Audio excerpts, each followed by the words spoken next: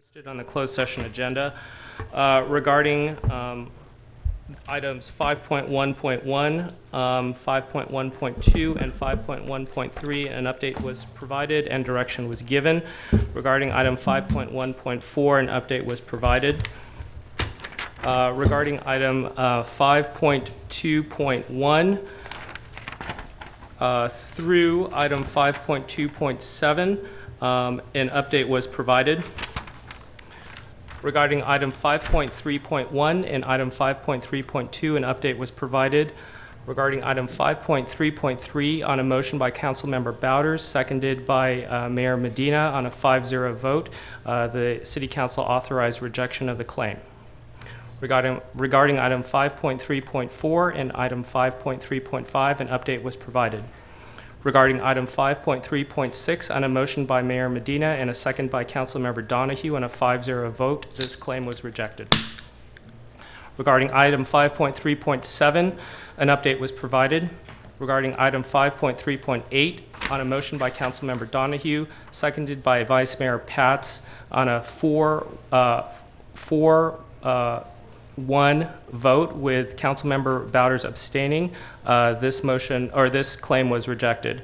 Regarding item 6.1.1 and 6.1.2, an update was provided. That's the conclusion of my report. Thank you.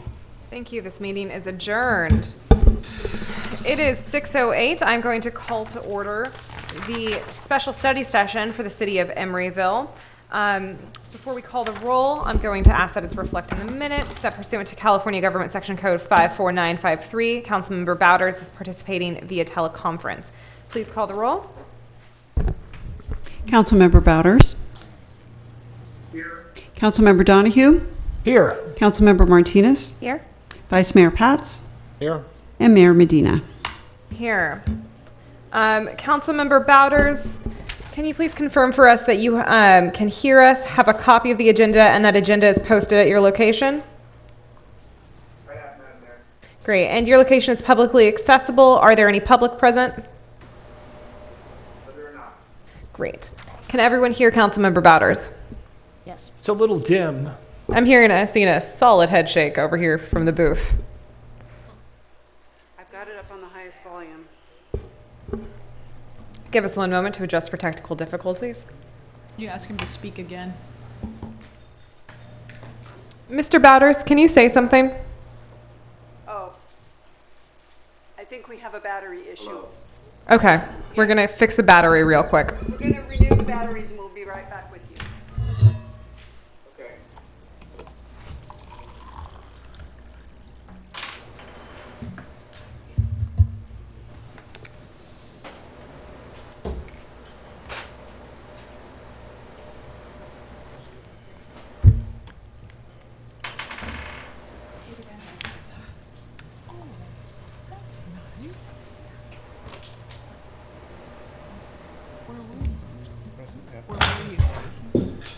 So much fun.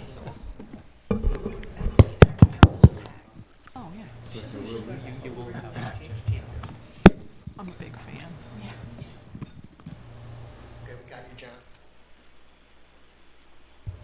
Okay, Councilmember Bowders, can you one more time just confirm that you can hear us? I can hear you. Much better. We can all hear you significantly better on this end. Great. Now we're going to commence the meeting business. And did we already call the roll this time? We called the roll. We are on approval of final Can I agenda. get an approval of the final agenda? So moved. Second. We got a motion, Vice Mayor Pats, a second by Member Donahue. Please call the roll. Councilmember Bowders. Aye. Councilmember Donahue. Aye. Councilmember Martinez. Aye. Vice Mayor Pats. Aye. And Mayor Medina. Aye. Any ex parte communications to report? Nope. Seeing none. Any public comment for consent agenda or items not on this agenda? Seeing none. Energy and Climate Reach Code study session. Thank you, and good evening, Madam Mayor and members of the council. I'm Nancy Humphrey in Public Works Environmental Programs. And I'm here to talk to you about REACH codes. And I'll define that in a minute, but I want to set the context is that the Sustainability Committee requested this study session to talk about what REACH codes are, what others are doing. So, REACH codes they've got to be cost-effective, locally developed energy standards. They can be prescriptive, you must do X, or they can be performance-based. You've got to reach this goal with whatever actions you take. There's a process to adopt them, starting with working with your stakeholders, doing the cost effectiveness study, which in some cases has been done with the help of East Bay Community Energy. And JP Ross from East Bay Community Energy is here tonight and will have a presentation for you on some of the details. Then you need to do an ordinance, you need to get the California Energy Commission to approve it, and then you file it with the Building Standards Commission. So that's the process. It's not unusual. There were 22 REACH codes approved in the 2016 code cycle. This is, now we're looking at what they call the 2019 code cycle that goes into effect January 1st, 2020. But you can do a REACH code at any point in the cycle. You don't have to do it at the beginning. And frankly, we can't do it at the beginning given that. All right, and the reason we do it, or would want to do it, there are many reasons. One of the big reasons is our climate goals, both the state's climate goals and Emeryville's climate goals. We have, in our climate action plan, we have a goal of a 40% reduction over our 2004 baseline by 2030. And we're doing pretty well. We're at a 19.3% reduction now. And that doesn't count the per capita growth. So we're doing well, but we're getting the low-hanging fruit, and it's going to get tougher and tougher to get further on that path. Just for context, in Emeryville community-wide, electric and natural gas use accounts for 52% of our greenhouse gas emissions. Transportation, not including the freeway, accounts for 45%, roughly 44%. So these are the big two for us. And when you talk about energy, especially building energy, one thing to remember is that electricity can be generated without GHGs, right? You can have renewable, solar, wind, tidal, other non-GHG producing electricity. And the state, in fact, is hoping to get the electricity grid to carbon-free by 2045. So the chart on the right there shows that if you have an all-electric building, by 2045, you won't be having any emissions. You could even do that now because EBCE offers 2 100% GHG-free products. If you have gas in your building, you'll never get to zero. I'm not sure why there's still electricity in that last one, but you see that amount of GHG emissions from gas is just always going to be there. It also, gas is combusted, obviously, for heat and for industrial processes, water heating, but all along its path, it's also leaking methane. So That's why that bar's there, I think, because of the leaking methane. okay, all right. I think. So this is why we look at electrifying, because you can get a clean power source over time, and we plan to. You can get it now. So other cities, this is kind of really taking on steam around the Bay Area and in California, and other cities are adopting or considering building electrification REACH codes, which address the health concerns. One thing about combusting gas in your house is that it produces carbon dioxide and nitrous oxides, and the indoor air quality is poor, or relatively poor. Other cities are looking at EV charging, at solar and storage, and there is a requirement in the new code for new residential single-family new construction to have solar panels with the ability to add storage. They have to be ready for storage. People are doing cool roofs. People are looking at building materials. I'm going to go into building materials a little bit because JP and EBCE are not looking at those. Cement is the largest single source of embodied emissions in buildings, and it's responsible for 8% of global emissions from all sources. So people are really looking at this. And embodied emissions means the emissions inherent in what it took to make that building.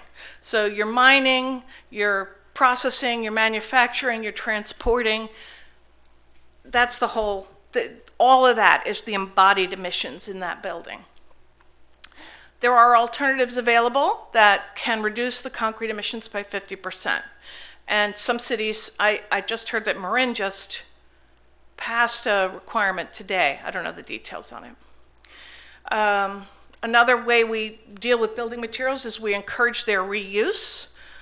So not demolishing buildings, but deconstructing buildings or reoccupying them. Construction and demolition waste management, which we're already working hard on here. Okay. So back to energy. There are health, as I said, there are health and environmental benefits of building electrification, cleaner indoor and outdoor air, more affordable housing. It's cheaper, can be cheaper to build all electric than to bring a new gas line into a new building. Over time, lower utility bills, safety in earthquakes, reduction in natural gas production, which, you know, we all hear about the groundwater contamination and earthquakes and other problems from fracking, which is a major source of getting natural gas in America. System-wide methane leakage, risks of explosions, you know, from the gas lines. So there are health and environmental benefits of building electrification even beyond the GHGs. So people are looking at new buildings, and some are choosing to say you must be all electric. You may not use gas in some sectors or all sectors of their new construction. More are doing a dual pathway where you can do all electric, or if you want to still use natural gas, you can do that, but you have to meet higher standards of efficiency and energy rating. And you have to prepare for future electrification. You have to have the right wiring and panel. It's kind of a moving target. There are potential exemptions for certain industries and uses, and different cities are finding that they want to wait for the technology to catch up in a certain sector. EV charging is a big one. The new code does expand and improve the requirements for EV charging in new construction, but some cities want to go further. And building materials, as I said, people are looking at that. For existing buildings, you could make requirements that trigger at certain times, either at a date certain or at time of sale or at renovation, ownership change, well, that's time of sale. The examples might be if you're going to touch your panel, your electrical panel, and replace it, you've got to replace it with enough capacity to electrify later. EV charging as at some trigger, either a renovation, a sale, or at a date. Cool roofs, which are just reflective roofs. Fuel switching, that's a big one that's, you know, moving away from gas to all electric in an existing building, which is a different question than starting out fresh. And building materials for new renovation or construction. So that is what I've got for now, and want to hand it off to JP Ross, East Bay Community Energy, to talk about what they've been doing on the energy side. Can you click out of your... I gotta get his thing. Hold on.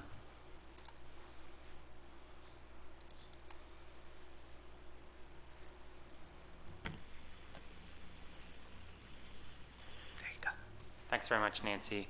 Madam Mayor and Council, thanks very much for letting me come and talk with you tonight about some of the programs that we're doing as East Bay Community Energy. So we are the electricity CCA that is now serving electricity to Alameda County and Emeryville as a part of that. So we're going to be talking about building electrification tonight in some more detail as we get into this study session, some of the benefits, how we have been assisting cities in the code analysis, drafting of reports, cost effectiveness, the things we need to go through to develop these REACH codes that Nancy was talking about, and we'll be talking about those for both buildings and vehicles and new and existing buildings. So East Bay Community Energy, about 6 months ago, developed and supported this REACH code campaign. So we are very much supportive of electrification. Obviously, it's the product that we are providing and the product that we can have the most influence in developing green local alternatives for. And so in support of this, we have brought on a consulting organization called TRC, and they have been on board helping our cities develop these REACH codes and working through some of the cost effectiveness tests that we have requested them to do. And we also have a grant in place. So for a city that brings a REACH code to council for passage and adoption in the 2019 code cycle, we have a $10,000 grant that we're making available to cover some of the costs, not all of the costs, because we realize new codes will have costs, but to help that process along and help cover some of those costs, we have that grant. So I think I will skip over this. This has been covered by Nancy. I think one of the main things to point on is that indoor air quality element. We burn a lot of natural gas in homes, and from stoves, dryers, gas, water heating, and space heating. All of that in a home and commercial building creates indoor air quality issues that are actually not very well studied, and is certainly something that we should be aware of, as well as the earthquake safety.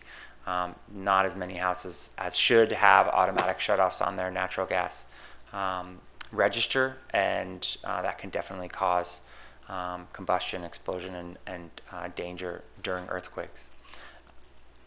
So the statewide cost effectiveness study that we have completed for REACH codes in Alameda County was done by our consultant, TRC, and we looked across cities in the state to determine which building sectors these REACH codes could be, where those REACH codes could be cost effective. So hotels, single family, office buildings, and these cost effectiveness studies are required in order to have a city pass a REACH code. It has to be deemed cost effective, which takes into account the first cost of construction, so what are the capital costs going into that, as well as the 30-year operating cost of those assets. So any REACH codes that we are proposing need to be cost effective for the tenant who's going to be living and working and operating that building. And we look across all of the measures in a building, so that includes electrical appliances, as well as other measures like windows, envelope, insulation, and you have to put all of that together to develop a building code. And in this case, a REACH code, we might look at moving some of those elements to be more stringent or less stringent in order to get a code that meets the goal of electrification while also meeting the threshold of cost effectiveness. We have looked at solar and batteries as an option. Solar can lower the operating cost of electricity in a home. None of the REACH codes that we have recommended as a baseline include solar and battery. It is more capital cost intensive to do that battery up front, though it does lower the operating costs. So we haven't made any recommendations on solar and battery, but as Nancy indicated, solar is now required in all new residential single family in the standard 2019 code. So these are some of the appliances that are included in the REACH code. So if we look at the major elements and the major uses of energy in the home, you have space heating, which has residential and commercial applications for electrification. You have water heating. We all like to have hot showers.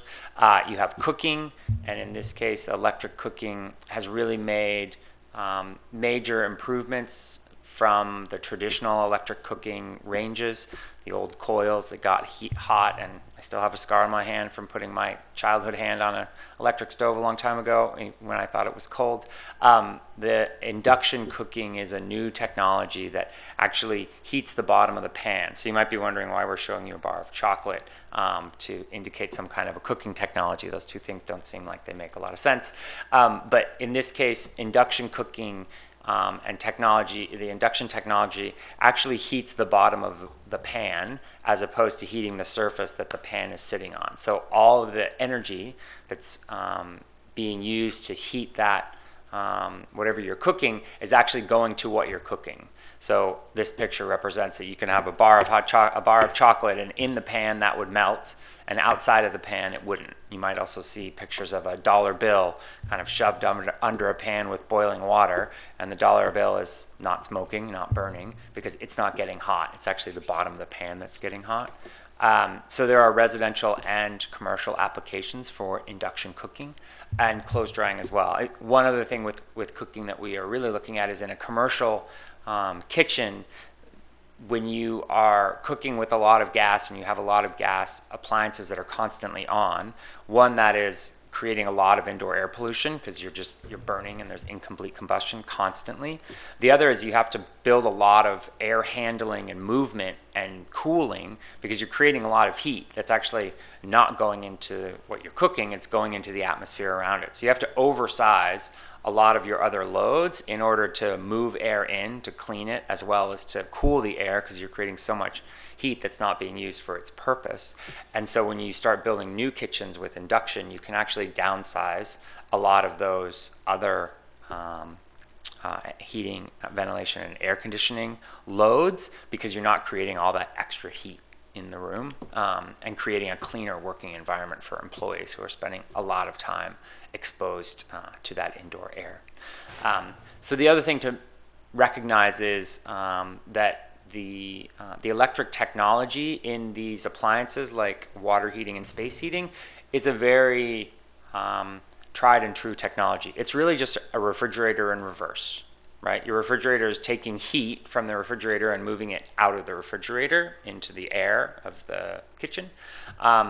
In this case, the electric space heaters and water heaters use heat pumps, and it's taking the heat from the ambient air, concentrating it, and moving it into whatever you're trying to heat, the air in your room or the water heater. And because of that, you're not actually generating the heat itself. You're taking and capturing the heat from the ambient air and concentrating it and putting it into your water or your clothes dryer or your space heating. And so what you get out of that is a big jump in efficiency. So you can get, for 1 unit of energy put in, you're actually getting 3.5 units of energy put out. And so that's what this chart represents. With natural gas, you're only getting about 80% of the energy. With electricity, you'll get 100% of the energy out that you put in. With a heat pump, you're getting 350%, 3.5 times. And so that's one of the reasons why these measures are cost effective, is because you're actually using a lot less energy to get the same output because of that efficiency gain.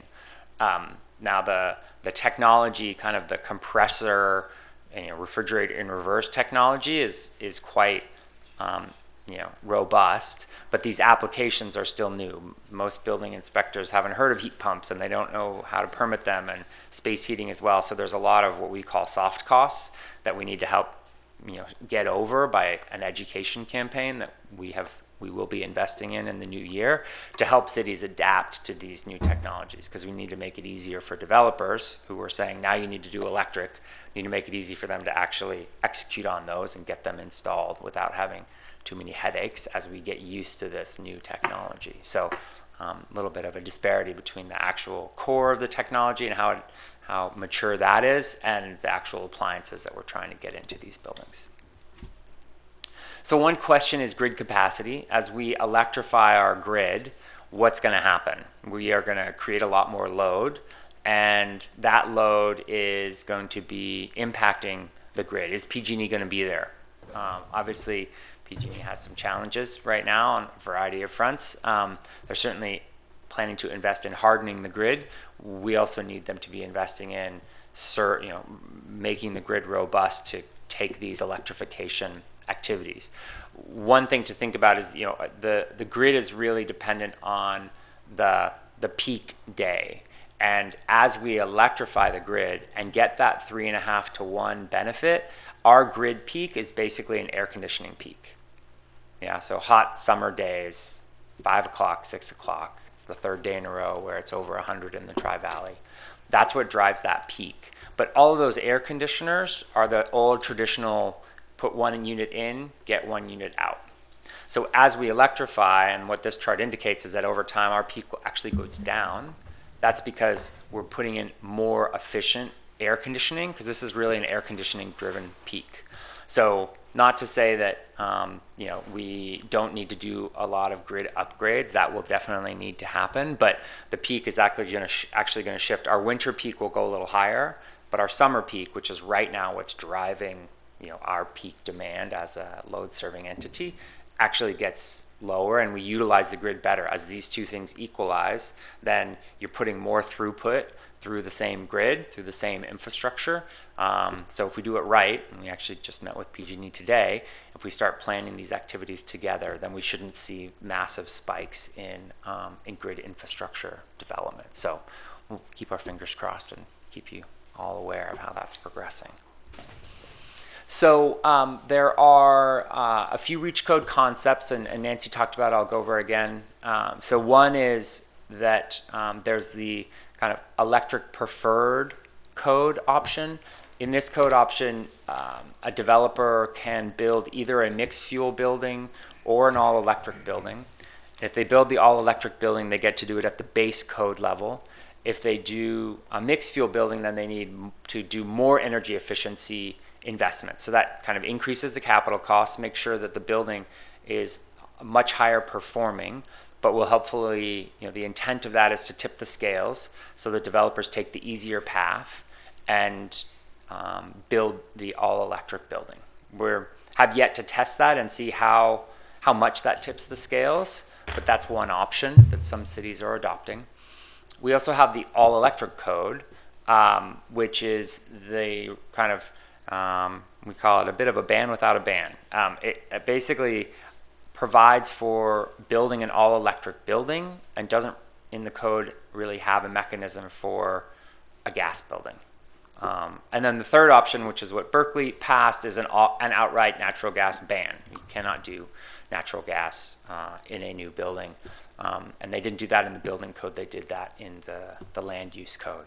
So these are 3 options that are available. And with the electric preferred mixed fuel building, it's really up to the city to decide how much to tilt those scales. What we have determined is kind of the highest level of efficiency that is cost effective. So, thinking about the scale, it's the most weight on the scale to tip it towards an electric building.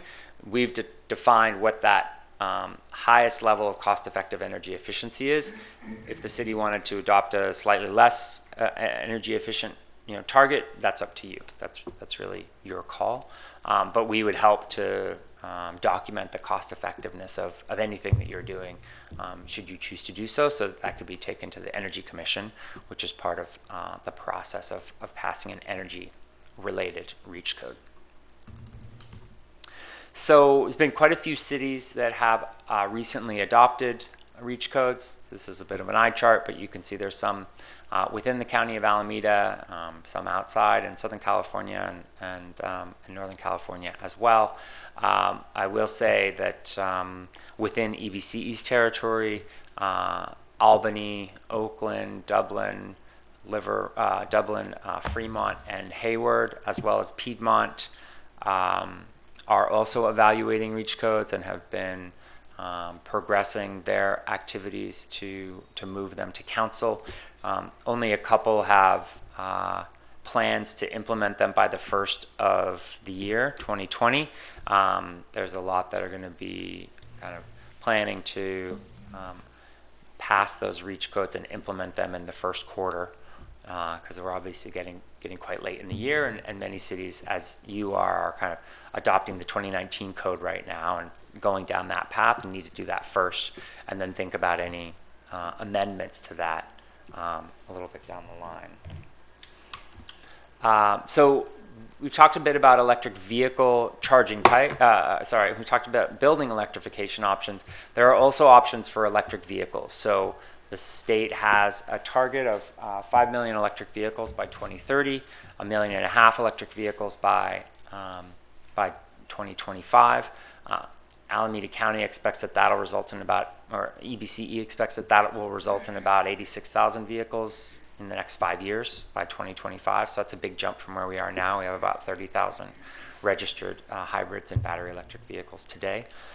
So there's different ways to charge those electric vehicles. This chart represents those. There's the level 1 charger, which you plug into a normal wall outlet. There's a level 2 charger, which charges much faster and requires a 240 volt circuit and a larger amperage breaker.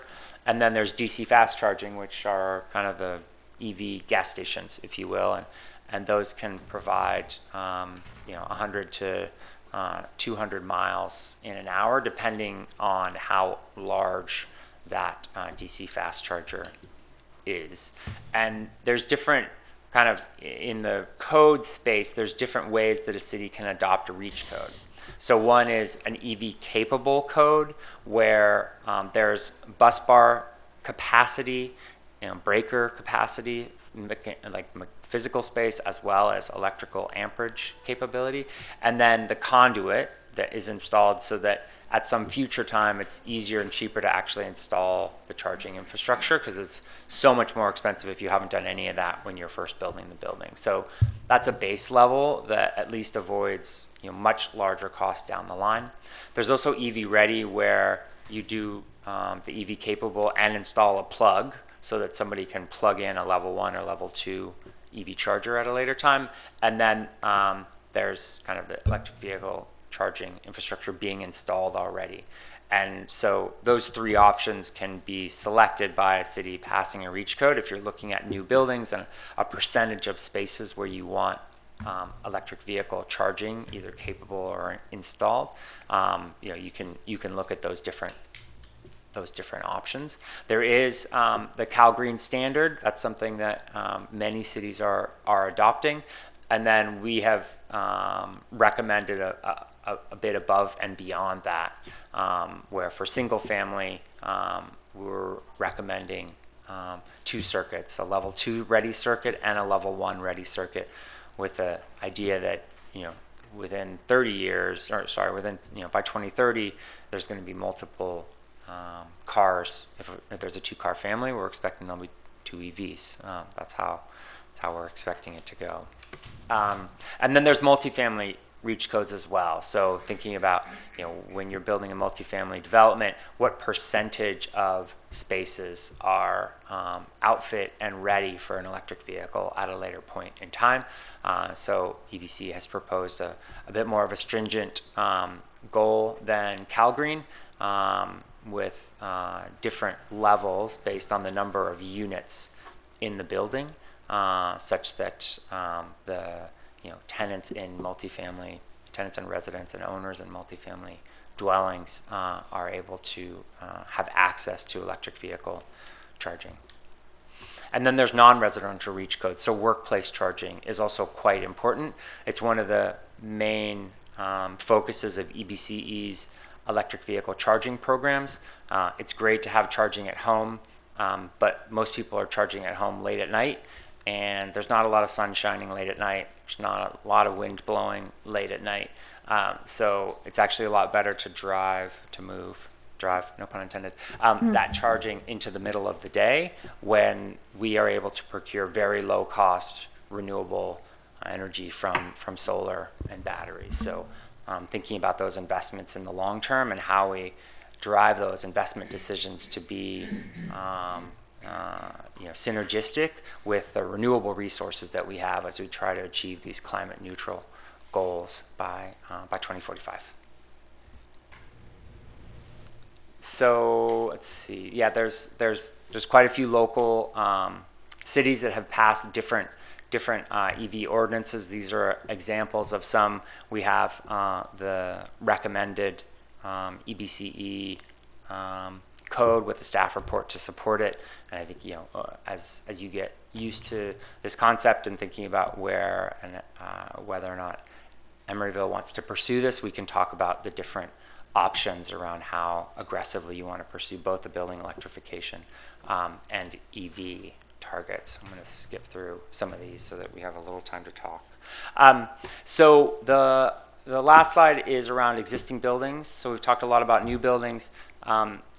We funded the cost effectiveness effort by TRC to look at existing buildings as well, because most of our cities are already quite built out. And what we have recommended is one, electric panel upgrade. So if a homeowner is single family or low rise multifamily homeowner is upgrading their service panel, we want that new service panel to have a minimum service size, because there's really no cost impact to that, but it paves the way for future electrification. And the second cost-effective result was for the replacement of an air conditioning unit. We found it cost-effective to replace that with a heat pump furnace, because you're basically getting 2 for 1. A heat pump furnace does both air conditioning and space heating, and so you get that benefit. Not a lot of air conditioning, especially this close to the bay. It's a little bit more applicable down south and to the southeast. But as we start to transition and respond to climate change, we might end up seeing quite a lot more air conditioners in coastal California, and this type of code might start to make more sense even today when there's not a lot of air conditioning load. So there's definitely some concerns with electrification. We talked about the distribution grid. I think top of mind is resilience, and I think the public safety power shutoffs are not helping our electrification efforts. People are going to be more hesitant to adopt electric appliances and certainly electric vehicles if they are concerned that they're not going to be able to at least take a hot shower during a power outage or get out of town if they need to get out of town. It's pretty scary and a pretty big concern. So that's one thing that we need to think about and address. And also kind of the uniformity element of having very different codes across different cities, and how developers and also residents can kind of understand that matrix is one concern. A couple other concerns that are that all electric heating uses too much energy. So we talked about that. There's actually an energy benefit with heat pumps. So you actually use less energy with that application. One concern is that energy is not clean. The electricity that we are serving is 80% GHG free, and will be 100% GHG free by 2025. And that equipment's not available. I think the equipment not being available is mostly false, but it's a new industry, and we actually need to jumpstart that industry and figure out how we can get it more into the mainstream. We have experience doing this in other sectors like the solar PV sector that we've really helped to transition into a mainstream commodity. So that's one element and one reason why we're investing in a training program later on this year. So with that, I will finish and happy to answer any questions you might have. Thank you. Any clarifying questions? Just a few. Thank you so much for your presentation, JP. So the studies conducted by EBCE, those are across California? No, they're just for our 2 climate zones. Okay. So we have climate zone 3 and 12, and so the studies we did were just for the 2 climate zones that East Bay Community Energy serves. And they address the cost effectiveness of recommended changes. And then what does the public process look like once we go through for the REACH codes? This might be a question for our staff, I'm not sure.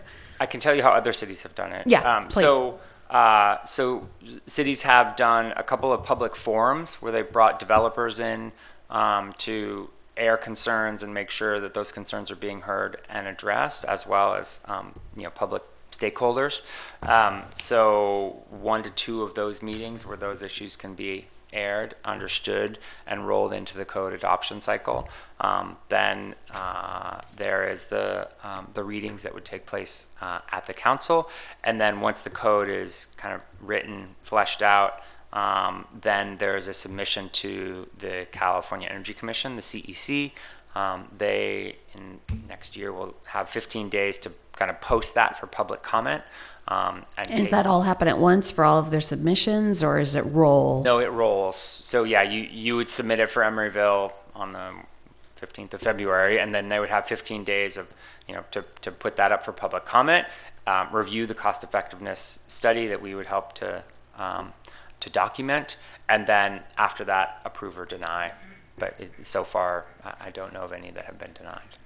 Great. And then my last question was just regarding the panel upgrades. Is that just to make sure that there are enough, that there's like enough capacity to handle as many circuits as the person's going to need in their household? Yeah, so the reason that service panels today get replaced when, say, you're installing a new solar system is, one, you don't have enough physical space. Like you literally can't fit another circuit breaker in. So that's one issue. And with old, very small service panels, that could be the limiting factor. Or you don't have enough electrical capacity. So it's a 100 amp service. So you can only have a 100 amp breaker that's feeding all the breakers, and you just can't put another, you can't add more electricity requirements to that panel. So those are the 2 reasons why you need a new service. So the recommendation that we put forward is that any new service needs to have sufficient capacity, physical and electrical capacity, to serve an all-electric home. We've defined that to be basically, all the normal loads in the house plus the 6 new electric loads, which is clothes drying, cooking, space heating, water heating, an EV, and a PV system. So those are kind of the 6 breakers that you need to make sure you at least have space for and electrical capacity to serve. There can be some cases where the PG&E service drop, literally the wire from PG&E, isn't big enough to serve that load, in which case we put an exemption in place because that can be a very costly upgrade. But most of the time PG&E service can handle 200 amps, and unless you're in a mega house with tons of load, 200 amps is more than enough to service a normal single or low density multifamily house. Great, thank you. Member Donahue. I'm curious about how in our zone, all electric multifamily housing can be cost effective. I want to hear you say, yes, in fact, over the 30-year cycle of a building, Yep. that it is cheaper to go all electric than to have gas. Yeah. And multifamily housing in our zone. Yep. So there's a couple answers to that. One is the CEC's modeling has not yet up to the technology. So there's no kind of cost-effective high-rise. So low-rise multifamily, we have found that to be cost-effective without a doubt. High-rise multifamily, we actually don't yet have a pathway in the California Energy Commission's model because their model doesn't actually have some of the centralized heat pump hot water heater technologies that are currently available in the model. So we're actually working on that. And so what's been modeled so far is a hotel, which has been found to be cost effective. And the big driver of that cost effectiveness is a much lower capital cost to build. So you're not running a major gas service from the street. You're not running gas, pipes and, paying those trades to do all of the work to run gas to all the individual units. And, so there's a labor cost that's down. There's more electrical, obviously, labor that goes up, but it doesn't match the cost savings from not running gas to all of those units.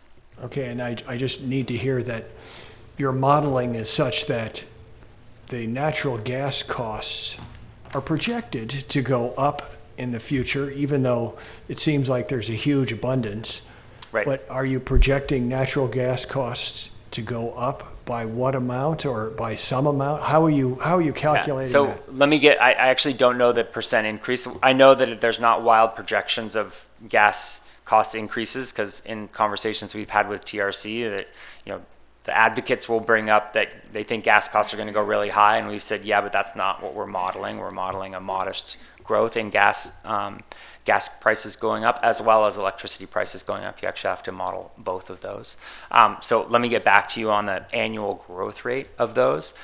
What I can say is that hotels have been found to be cost effective without a doubt. We're still essentially waiting for the CEC's model to definitively return a cost-effective multifamily high-rise building. So today we actually don't have that, but we're working on that model to get it through. And, you know, we can't say that it's cost-effective until we get the results. Okay. And the hotels, I take it, or some of them are high-rise? Yes, that's why we've used it as a proxy Yes. for high-rise multifamily. But there is slightly different construction of the, you know, how the rooms operate. So Yes. there's not kitchens in hotels and things like that. So Yeah. that's why it's a proxy, but not a one-for-one. Okay, thank you very much. Councilmember Bowders, any clarifying questions? No, Madam Mayor. Okay. Thank you so much. That's really informative. Thank you. Yeah, thank you. Thank you. So I just wanted to wrap up that this was just an overview of the process and the intentions of REACH codes. And so we have no immediate plans, but that's obviously something you could consider. Okay. Okay. So what information are you looking to get back from council tonight? So Nancy, if you could just close out JP's, and I think your last slide. Wow. We're seeking the council's feedback in terms of if you would like staff to prioritize pursuing this. As you see, the process is multi-stepped. JP went through that at a high level. We want to point out that there are, as in every community, many different kinds of buildings that you might be interested in discussing different approaches for. For example, I think Menlo Park exempts lab buildings from an all electrification requirement. So given the different building types here and the different stakeholders around those building types, that process would work with stakeholders wouldn't be just one set of stakeholders, it would probably be a variety. So if that's something that the council's interested in us pursuing, we'd love to get just some general feedback at this point. Thank you so much. We're going to open this up for public comment before we jump into discussion. I have one comment card from Ron Freund.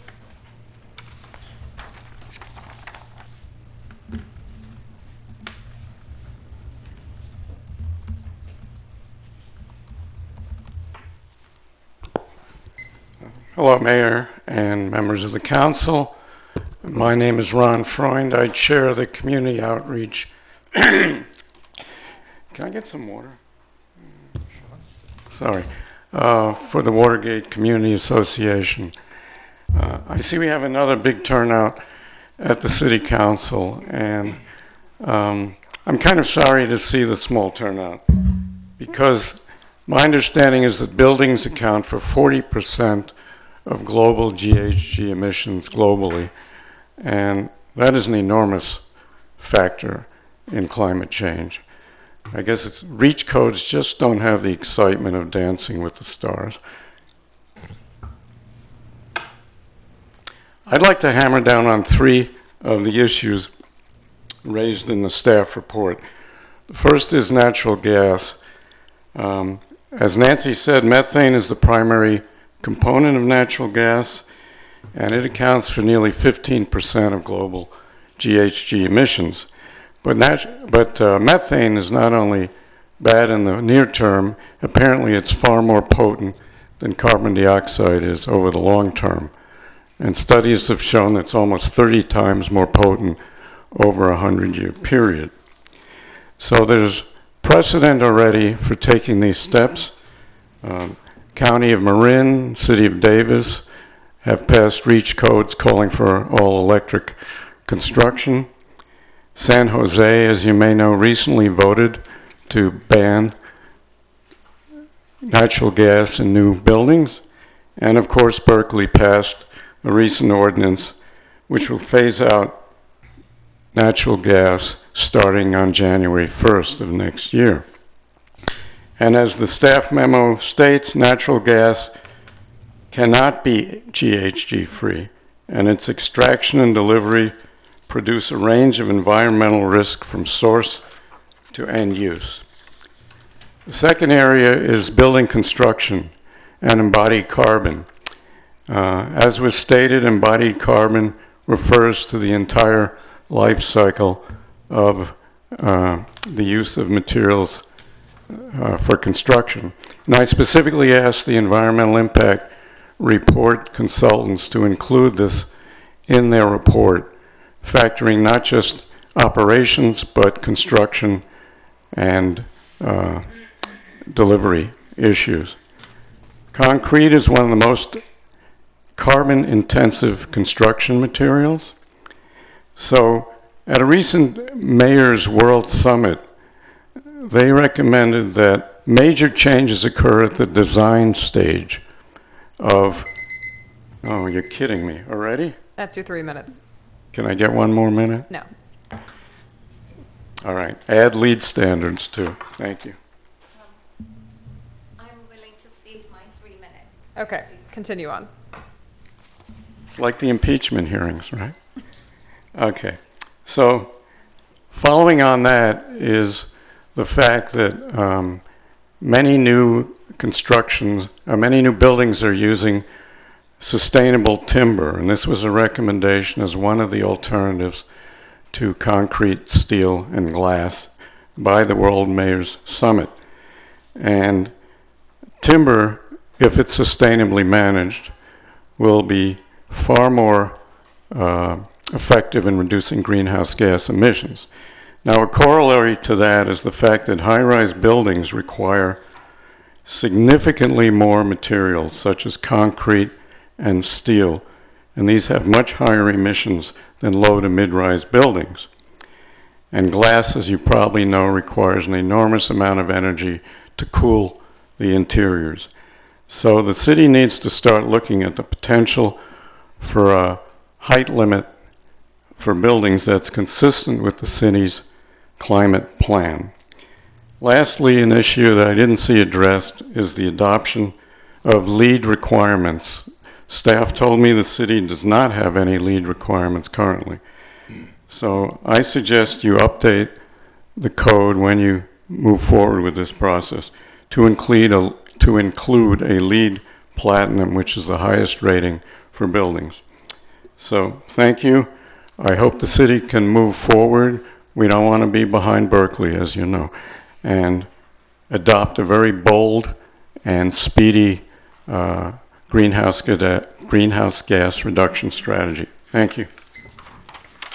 Thank you. Any additional public comment on this item? Mr. Carpio?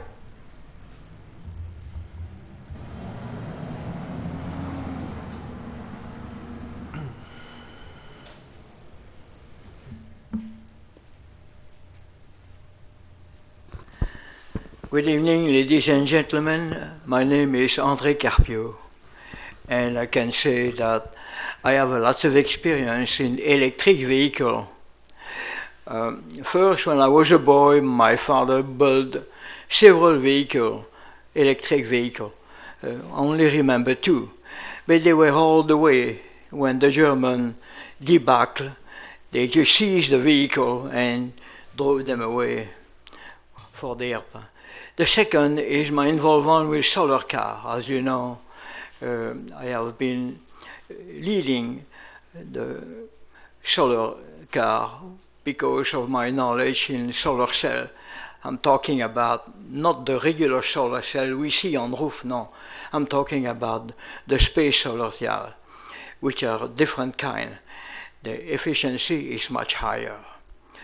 So in the use of solar car, what we found out is lots of inconvenience.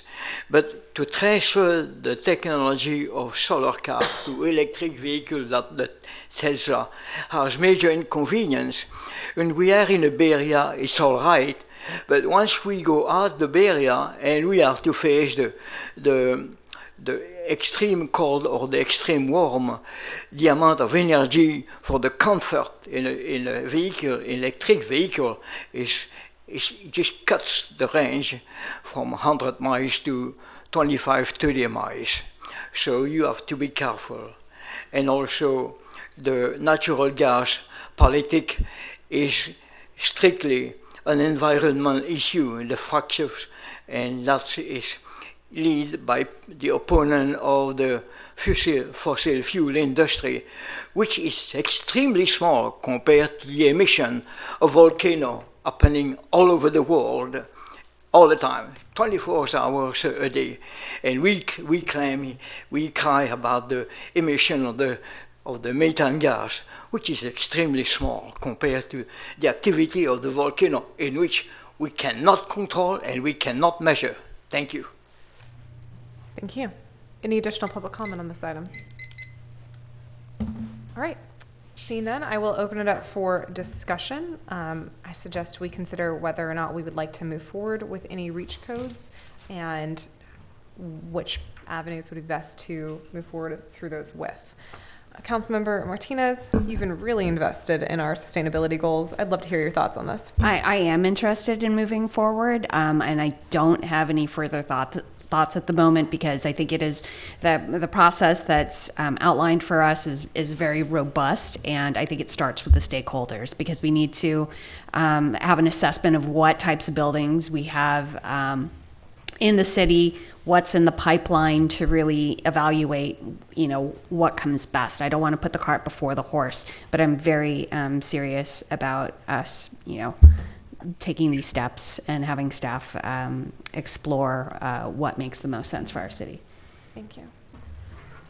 Councilmember Donahue? Yes, I'm for moving forward with exploring REACH codes. I think that given that they have to work with the stakeholders, be cost effective, and are likely to help us in our greenhouse gas emissions, that we need to move forward. Thank you. Councilmember Bowders? Thank you, Madam Mayor. I would align my comments with Councilmember Martinez and Donahue. Thank you so much. Vice Mayor Pats? I share their same sentiments. Okay. I concur with the rest of my council that we do need to move forward with looking at REACH codes. My question is, which venue? Should we have the Sustainability Committee examine REACH codes, work with staff to develop a cost-benefit analysis, and sort of an overall analysis of all the possible REACH codes, what their impacts would be locally, and bring that back eventually to this body? This could be quite a process, I imagine. I think it makes sense to go to sustainability, yes. Okay. I would also like to add that I think we should consider the impacts of any REACH codes on housing production. It's not my favorite argument to make, but we are all simultaneously in a housing crisis as well as an environmental one. So I do think we should consider that as a factor when analyzing the possible output of these REACH codes, if everyone's comfortable with that. Yes. Okay. So I think then the next step would be, if we have consensus, to move this back to sustainability to create a clear sort of matrix of analysis of what the impacts of REACH codes would be locally, and then eventually bring it back to council to decide which ones to potentially move forward with. Great. Does that work for everyone? I noted that our Sustainability Committee meets only once every 2 months, and there's going to be some staff time required to do this if we go for this.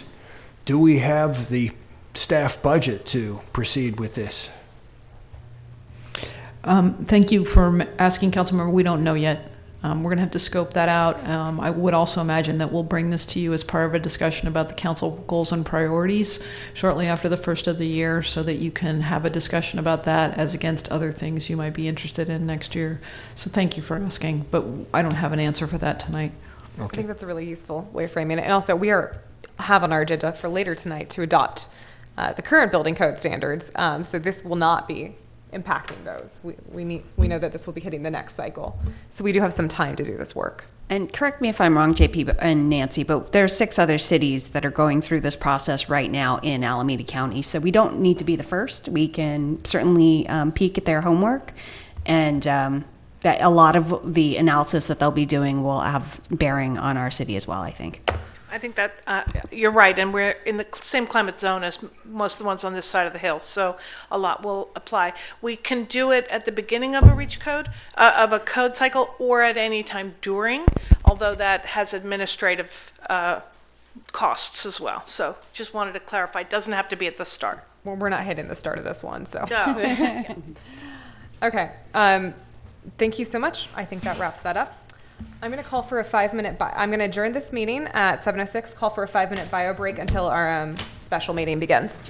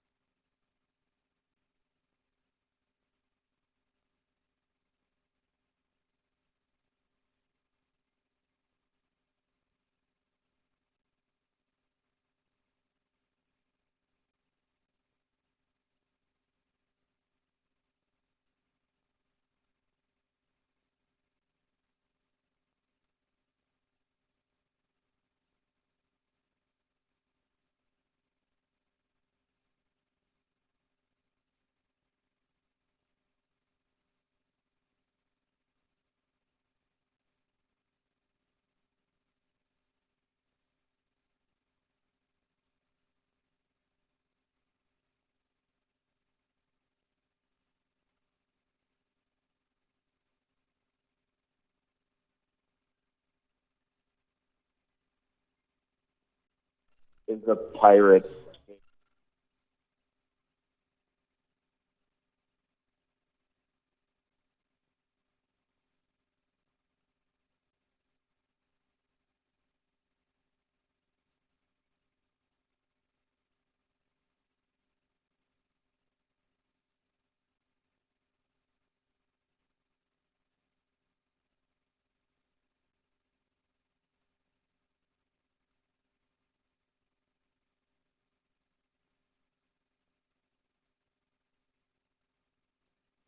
Oh, you know what? We got 6:45 one.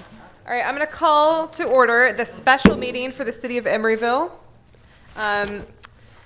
It is 7:11 p.m. We are all still here. Can I get an approval of the final agenda? So moved. Can I get a second? Second. Guys, come on. I've got a motion from Member Martinez, a second from Member Donahue. Please call the roll. Councilmember Bowders. Aye. Councilmember Donahue. Aye. Councilmember Martinez. Aye. Mayor Pats. Aye. And Mayor Medina. Hi, Jesus Christ. Any ex parte communications to report? I have one. I did encourage Joan Strasser to apply to the Commission on Aging. So, Excellent. No, you're fine. Any public comment for items not on this agenda? All right, seeing none. Action item 6.1, Community Advisory Committee appointments.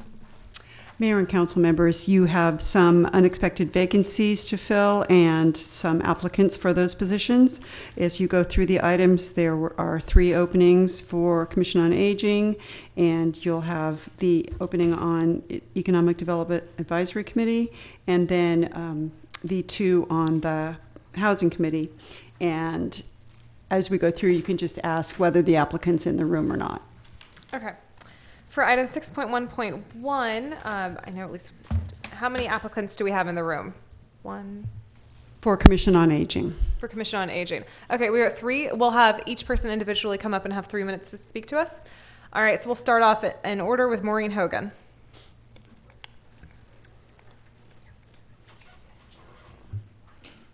I know, but Greetings. Hi. Thank you for the opportunity to be here today. My name is Maureen Hogan, and I'm a new resident of Emeryville. I feel that it's very important to support my community. I'm particularly interested in working with the Commission on Aging because of my past experience in senior advocacy, healthcare, and business. Prior to moving here, I served as a long-term care ombudsman in Santa Clara County for 7 years.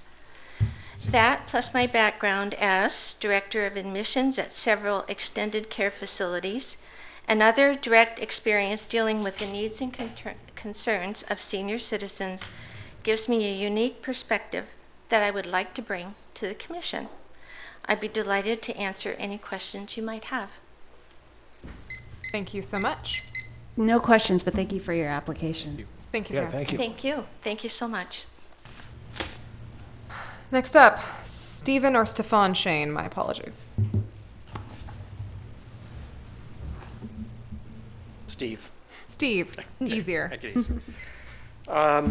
I applied to the Commission on Aging because we are new residents of Emeryville. We moved here in April from a home that we were in for 22 years in the Rockridge area.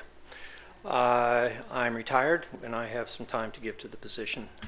My education background and work experience is on my application. I'm happy to answer any questions.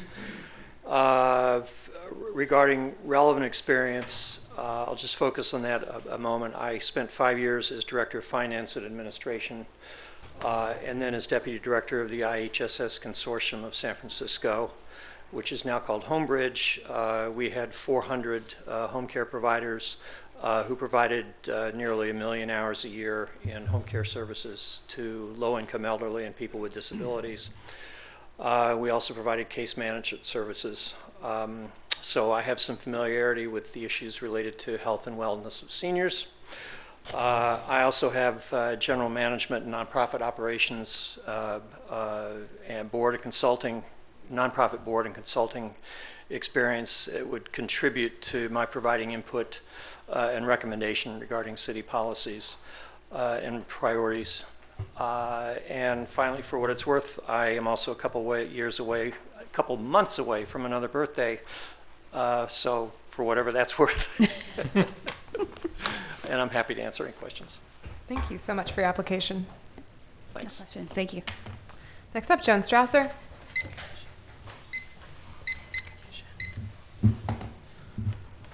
I'm Joan Strasser. I live in Emery Bay Village. I've been living in Emeryville for 17 years this month.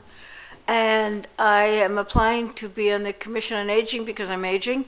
And I've had 2 careers, one in mental health and one in education. So I've had a lot of experience of working with a wide variety of people in a wide variety of situations. I've also known a lot of old people because I'm so old. My grandmother was born in 1882, and she was able to tell me about how her mother was knitting socks for soldiers in the Civil War. So I guess my understanding of aging old people and my perspective is wide. I don't have the financial experience or anything like that. All of my experience has been working with people in a wide variety of ways. I retired from West Contra Costa School District. It's my 3rd year beginning retirement, and it seems that at this point I have enough time to be able to give in this particular way. I've worked in the community in a variety of ways before. I was on an ad hoc committee to compare food trucks and brick and mortar restaurants, which I put on my application, which was a fascinating experience. I look forward to hopefully having my application accepted and continuing my work with the city in another context. Thank you. All right. Before we move on to public comment, I wanted to clarify something. We have 1 community member spot open and 2 resident spots. I believe all 3 applied as residents. Is there any problem with nominating a community resident for a community member spot? No, everybody that has applied qualifies in every category that's open. Good to know. Thank you. I'll open this up for public comment at this time. If there's any public comment on this item. All right, seeing none, I'll open it up for discussion. Liaisons to aging. That's you, Member Martinez? I think we have some great candidates, and I think we have magically 3 great candidates and 3 spots open. So I'd like to make a motion to appoint Maureen Hogan as community member, to appoint Steve Shane as a resident, and to appoint Joan Strasser as a resident of 94608 to serve on the Commission on Aging for terms to be established. I'd like to second that and echo your comments that we do have a really robust pool of applicants. I'm really happy to see the enthusiasm around this particular commission. If I may interject, 2 of the positions have terms ending in 2021, and 1 is 2023, so you'll decide who you want to award the longer term to. Let's award the longer term to Ms. Strasser, who's lived in Emeryville for 17 years. So. Great, thank you. If she's willing. Okay. So you've got a motion from Member Martinez and a second from myself. No further discussion? Okay, let's call the roll. Councilmember Bouders? Aye. Councilmember Donahue? Aye. Councilmember Martinez? Aye. Vice Mayor Pats? Aye. And Mayor Medina. Aye. Congratulations. Welcome to the Commission on Aging. Thank you. Thank you very much. Thank you all.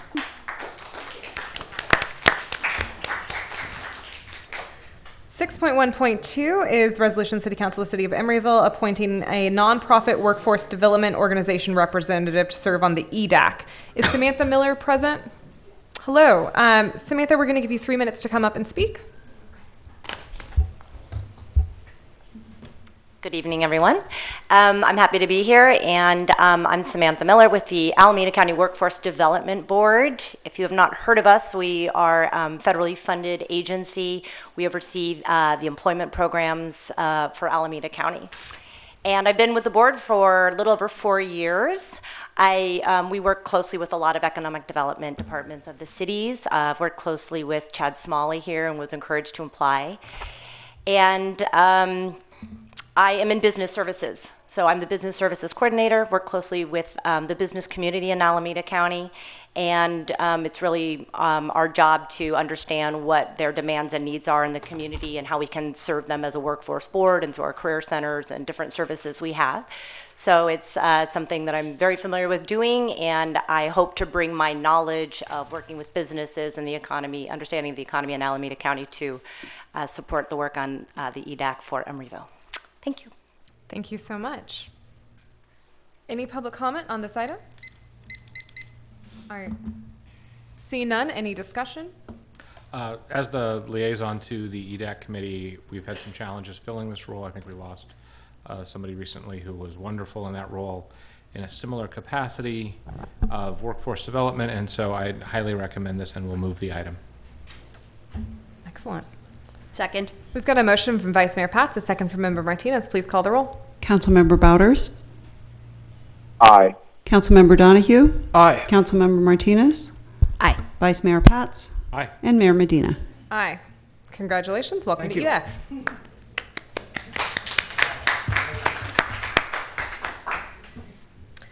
All right, 6.1.3, Resolution City Council of the City of Emeryville appointing a community member to serve on the Housing Committee. Who do we have that were applicants tonight? We have Cheryl Bolton, Mark Nagata, not seeing Mark, Erica Zepko. Okay, so we have two. Cheryl Bolton? Hi, I'm Cheryl Bolton with a terrible cough and a cold, so I'll Heard to hear that. soldier through. I and my husband, Steve Shane, moved here from Oakland after living there for 22 years last April, and we decided that it was time to jump in and get involved in our community. I have had a long career in business as CEO of several companies, both privately held and a public company, and also a long history of jobs in finance. So I understand numbers. I think housing is one of the most interesting and challenging problems to begin finding solutions for, and you've done a great job, by the way. And that was one of the things that interested me here in Emeryville of our time. So it's something that I'd like to apply my business background and experience to. It's a huge problem to work on and to try to solve. So I have had a little bit of housing experience as the director of my co-op, very large co-op in New York, but that's kind of it. My background is in sort of Jill of all trades, so I'm a general manager. I'm currently, by the way, a professor of practice at Holt International Business School, where I teach finance and entrepreneurship, along with being a consultant still mainly for some large nonprofits in the Bay Area. Thanks. Thank you. If you could actually stay up in case we have clarifying questions. Clarifying question? Yes. Sorry. Are there any no worries. Are there any clarifying questions up here? No. Okay. Member Bouders? Not at this moment. Is there any other applicants present, Madam Mayor? Yeah, there's Erica Zepko's here as well. Sorry, I keep running I'll wait to hear from the other applicants. Thank you. Okay, thank you.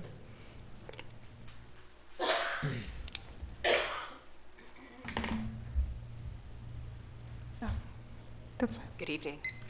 My name is Erica Zepko. I am currently a housing committee member.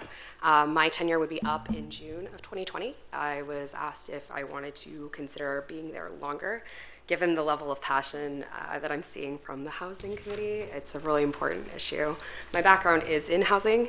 Specifically, I am a real estate attorney as well as a mortgage broker. I've been really having a great time collaborating with our council member, John Bouders, and I feel like given the complexities of housing policy, having a longer tenure would allow me to serve the city better, and that's why I'm here. Thank you so much. Councilmember Bouders, did you have any clarifying questions for this applicant? No, I don't. Thank you for being here, Erica. No worries. Okay. Any clarifying questions up on the dais? All right. Thank you so much. Is there any public comment for this item? All right. Seeing none, I'm going to start off with Councilmember Bouders since he is our liaison to the Housing Committee. Thank you, Madam Mayor. I would like to bring up the one applicant, Cheryl. Is it Cheryl Bolton? Is her pronunciation? Yes. Would you please come to the microphone? Yes. Hi, Cheryl. I can't Hi. see you, so I'm trusting your ear to the microphone. My questions for you are just a couple. What are your views on rent control? What are my views on what? Rent control. On rent control? Is that one? Yeah. That one is very complicated. Having lived with rent control in New York, I'm not sure that I could intelligently respond without knowing a lot of specifics about the situation here in Emeryville. I think that it's, as I said, a very complicated issue in my mind that has a lot of pros and cons, and I know it's can be a very volatile issue as well. But I don't feel that I could comment on it right now unless I know more specifics about it. Okay, and you're currently a renter, is that correct? No, we bought a loft here. You bought a loft. Okay, when was the last time you were a tenant? When was the last time I was A tenant. a tenant? Well, a number of years ago, but we have children. They've been tenants. We've had lots of exposure to tenancy. Both, again, we have one son in New York and one in LA, and who was here in Oakland.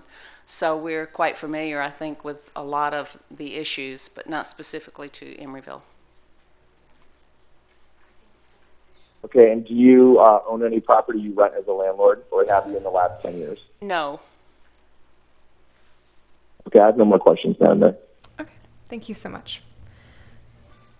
Member Bowders, do you have any recommendations for the committee? Madam Mayor, at this time, I would like to make a motion to appoint Erica Zepko to the period of term ending in the extended period for 2021, and to appoint Cheryl Bolton to the term to be vacated by Erica Zepko by taking that appointment. Okay. Second, I have a question. Yes. Is that viable? Can we do that? Yes. Okay. And we've got a second from Vice Mayor Pats. We've got a motion and a second. Please call the roll. Councilmember Bowders. Aye. Councilmember Donahue. Aye. Councilmember Martinez. Aye. Vice Mayor Pats. Aye. And Mayor Medina. Aye. All right. Congratulations, re-welcome, and welcome to the Housing Committee. Thank you. Thank you both so much, everyone. All right, this meeting is adjourned at 7:28 p.m.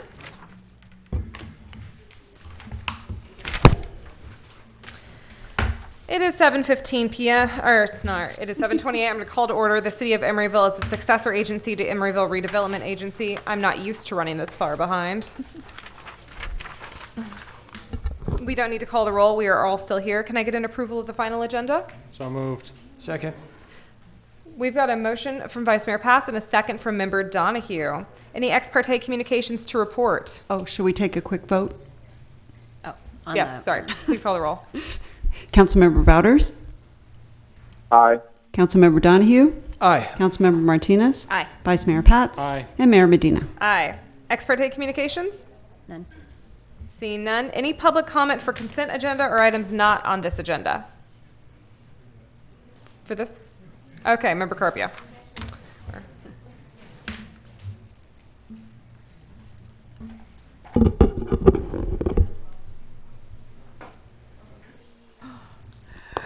I would have answered the public comment on the housing committee, but I'm disturbed that not of the quality of the candidate, but again, we talk about something that is strictly academic.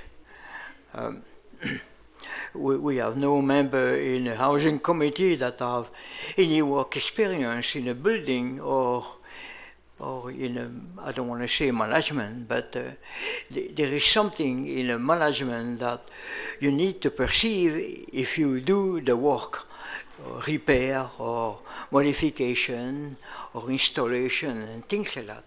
And I didn't hear anything from the candidate here that all she mentioned is all her experience, which all academic again, you know, it's all theoretical. And so it's management.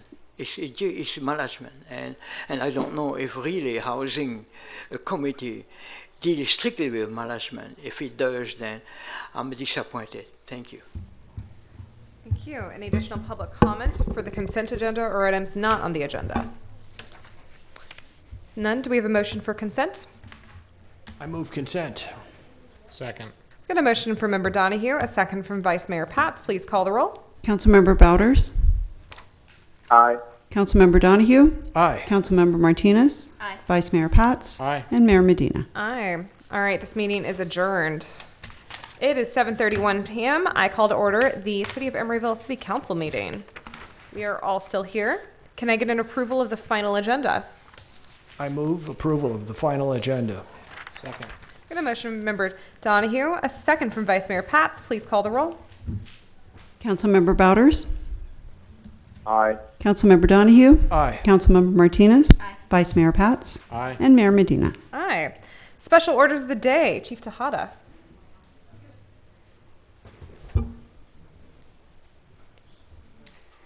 Good evening, Madam Mayor, council members, city staff, and audience. Tonight I get to do one of my favorite things, and that is to introduce to you and swear in some of our new staff. So first, I would like to tell you a little bit about them. Officer Christian Zavala, come on up. Officer Zavala grew up in Bay Point. At an early age, he had to choose a path to take. There were many events in his life where police played a role in his childhood, and this shaped Christian to go against the temptations of his environment, and at 16 years old, Christian joined the Contra Costa Sheriff's Office as an explorer. He dedicated all of his free time there until he was 21. Since being hired with our department, he has stood fast as one of our top performers and recovered numerous firearms off the streets. In the last month, I think it's a total of 3 on your team. Christian has a desire to eventually become one of our canine officers and is currently seeking to be a canine helper. He comes to work every day with an enormous big smile on his face, and it's just so awesome to see him come in the doors with a big smile, happy to be here, and he's definitely an asset to our department and our community. And tonight he is joined by Charisse Mejia, his fiance. So come on up. Next I'm going to introduce Andrew Selby. Officer Selby is also one of our newest graduating officers from the Alameda County Academy. He is from Vacaville, and also at the age of 14, Andrew joined an Explorer program with the Fairfield Police Department. As an Explorer, he volunteered thousands of hours to the city, coordinating their community events, assisting with their tactical and patrol teams, and Andrew attended Solano Community College. During that time, he was hired on full-time by Fairfield Police Department as a community service officer. So he comes to us with a lot of experience, both of them do. While at Fairfield, he was given the chance to work with the canine team, where he discovered a career goal of one day becoming a canine officer. Andrew's passion for his career helps us all remember how special our calling is. He's also a joy to have, a great team member, and of great service to the community. He's here tonight with his mom, Carly Wanlin. And then we have Nick Drexler. Nick was born in Oakland but raised in Healdsburg. He's part of a family who believes in community care. His father is a doctor and his mom is a nurse. Nick studies sports marketing and psychology at the University of Oregon. And also during college, he studied in Chile and traveled all around South America. He also received a master's degree in sports medicine acupuncture. And prior to joining Emeryville Police Department, had his own acupuncture practice. Nick credits his study in psychology as what drew him to his career in law enforcement. He attended the Santa Rosa Police Academy. He truly brings a unique experience to our department, and we're looking forward to his future achievements in service to the community. Tonight, Nick is accompanied by Jacqueline Lesage, his girlfriend. So we're going to swear them in, and their moms, girlfriends, and fiancés are going to pin their badge. So I think I'll stand over here so they're facing. So if you will come together, Nick. Get in here for the gram.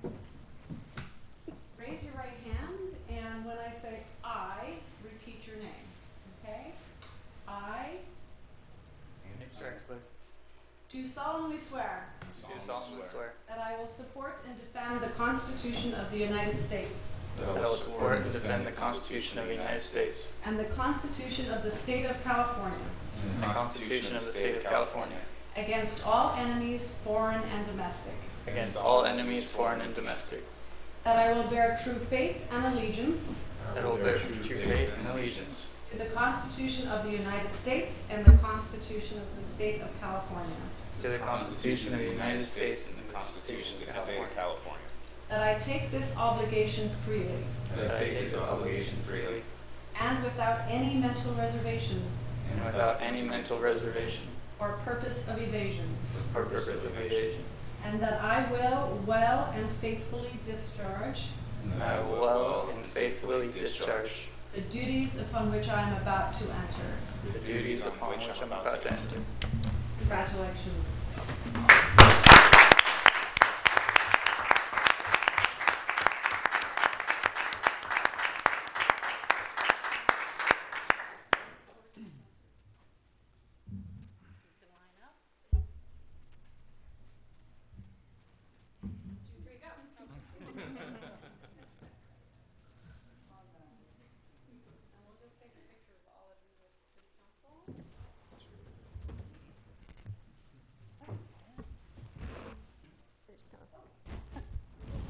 Should we come down? Should we get down there? Or?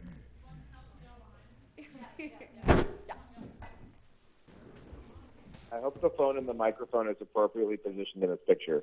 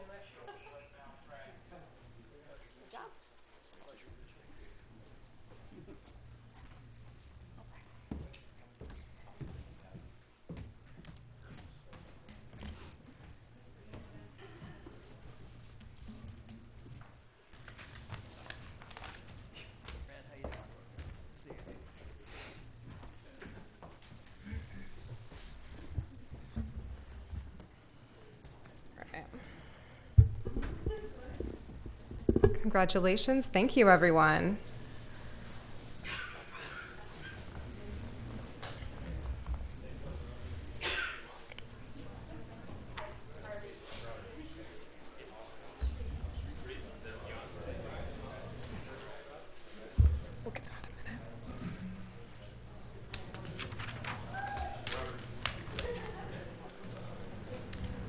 City Manager, do we have Trish Raver here for 4.2? Madam Mayor, we don't. She was informally introduced to all of you at the beginning before the closed session, and then Vice Mayor Pats, we will find you later. Trish is our new Human Resources Director who joins us from the city of Livermore. Her first day was yesterday, and we're really, really excited to have her. She's going to be making her way out to all the departments and meeting folks over the course of the next week. So please, if you see her in the building, speak to her. It's really fun that she started. Thank you. I'm excited. Any announcement of commission or committee vacancies? Nothing tonight, Madam Mayor. That's good. Council member, special announcements or reports on meetings attended. Member Martinez, what you got? Thank you, Mayor. So at Stop Waste, we are considering either a county-wide foodware ordinance or a model ordinance. So I will be asking for a future agenda item when we get to 14. Okay. Member Pats? I attended the Alameda County Housing Authority meeting, and nothing significant to report at this time. Member Bowders? I have nothing to report this time, Madam Mayor. Weekend before last, I attended the first ever 2-day music expo at SAE Expressions College, which now featured 2 full days of programming and hopefully some overnight hotel stays for the city of Emeryville. It was a very robust event and super interesting stuff they were talking about then. I didn't understand almost any of it, but they're very nice to have us there. I also attended the mayor's meeting. It was my last one, I believe, last week, and they rescheduled a meeting for The Joint Committee on Homelessness, which I had put my name forth for. I hope that Vice Mayor Pats might consider taking up my helm there. That meeting's currently being rescheduled. We have not had a follow-up meeting with the county about homelessness since our initial desire to conceptualize a task force around that. Okay. City Manager's report. Nothing, Mayor. Thank you. Any ex parte communications to report? Nope. I've got nothing. Public comment for consent agenda or items not on the agenda. Mr. Carpio.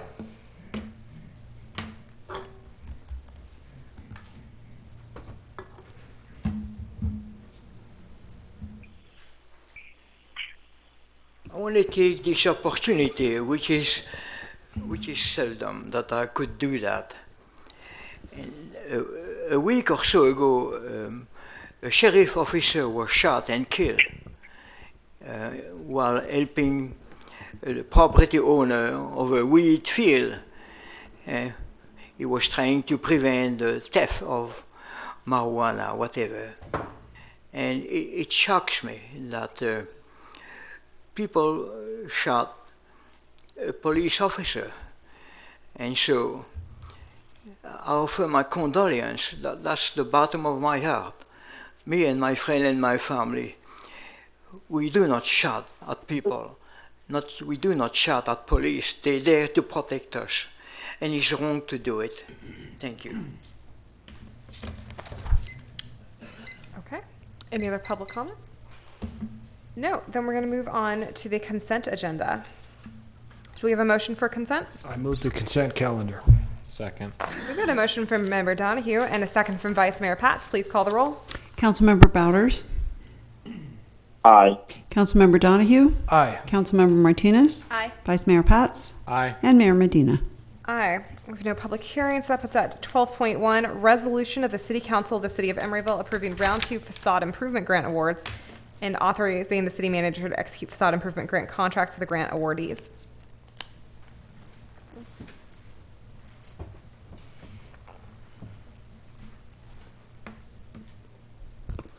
Good evening, Mayor Medina and members of council.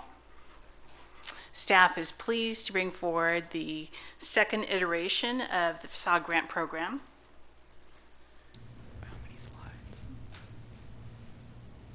We thought it would be a good idea to give you a brief overview of the status of the current or round 1 program before we asked for approvals for a second round. And so I'll start with that, go over it briefly. Just by way of background, this was a program that council approved in 2017. At that time, council approved the facade grant guidelines and also allowed for an allocation of $200,000 for the first round of applications. The first round resulted in 9 proposals. It was a very popular program, and we had 7 that went into the final review, and 5 grants were awarded by council.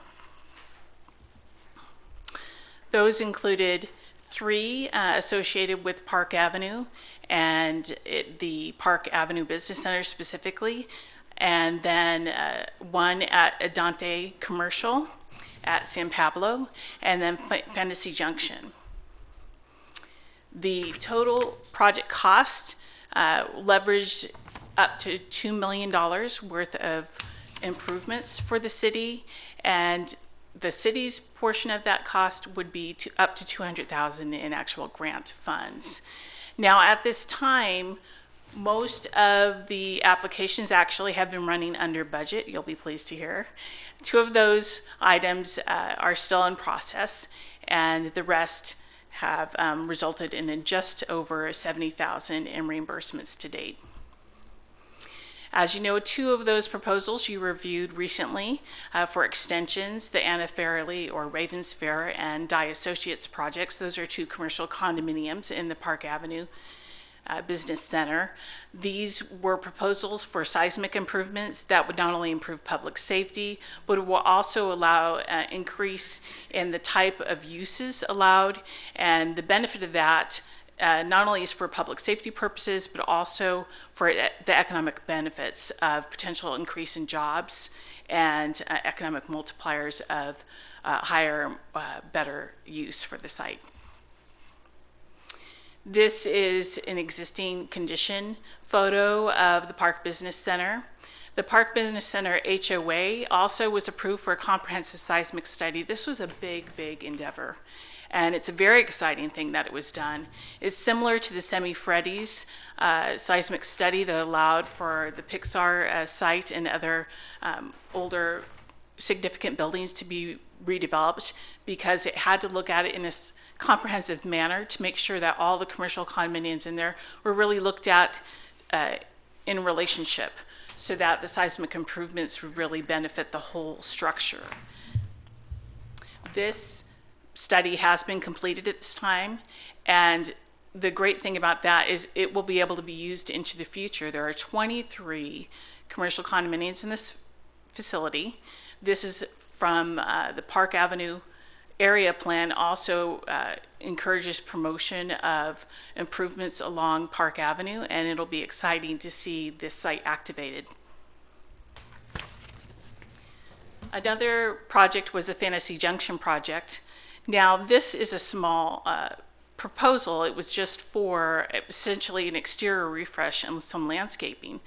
But EDH staff worked with the Public Works Department to identify potential for improvements to the whole streetscape along the eastern side of Emory, as you can see in this photo of the aerial photo to the left in my PowerPoint presentation.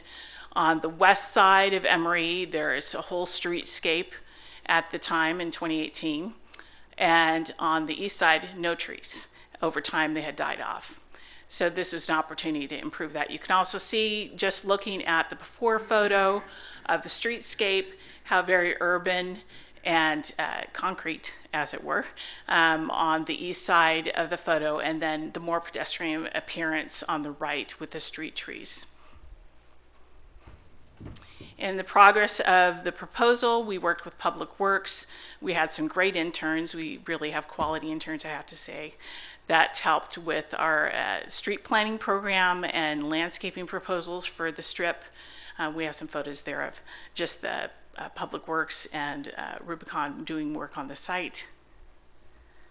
And then this is just one example photo of the landscape improvements along the street, but if you walk along Emory Street now, you will notice that throughout, wherever we could realistically put trees and reinstall trees along the street, we did.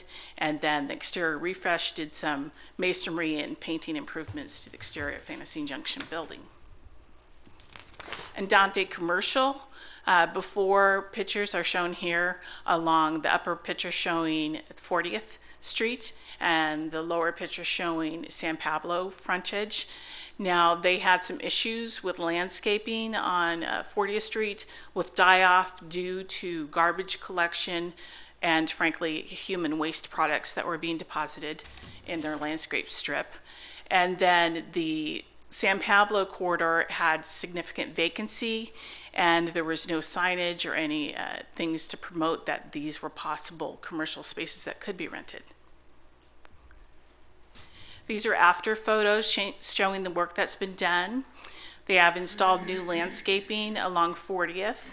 You can see sign standards along in the upper right-hand photo along the both frontages, but this particular photo shows the frontage along San Pablo. And then a large entryway sign for Dante also facing San Pablo. And then again, the security lighting. The point of the security lighting is to encourage folks to go across the street and use the public restroom that's been provided there. And then again, this has been a popular program, and so the Economic Development Advisory Committee has suggested doing another round this year. And we opened proposals. We received 7 applications. Of those 7 applications, 4 finalists were reviewed by the Economic Development Committee. And then of the 4, they are making 3 recommendations to council at this time. Part of the review considered further distribution of the proposals or awards throughout the city. The earlier round one applicants were primarily focused in the Park Avenue Center, and so this further distributed it to the other corridors along San Pablo. And then what the Economic Development Committee is suggesting is that council allocate up to $200,000 again, and focus those allocations on three primary proposals. That would be Campaign, Darrell Rush, and Escuela Bilingüe Internacional. At this time, excuse me, staff is recommending approval of the style grant round 2 awards as recommended by EDAC, and then for you to authorize the city manager to improve grant contracts with the grant awardees. And if you have any questions at this time, I do have additional information I can provide. Thank you. Any clarifying questions? Nope. Member Batters? Okay. Seeing none, I'm going to open this up for public comment. Mr. Carpio. Just the most participatory audience member. Give him a chair. I've got an extra one.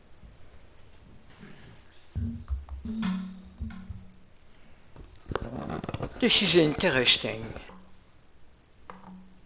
You people ignore that before you destroy my house. What's your problem? Any other public comment on this item? Yep.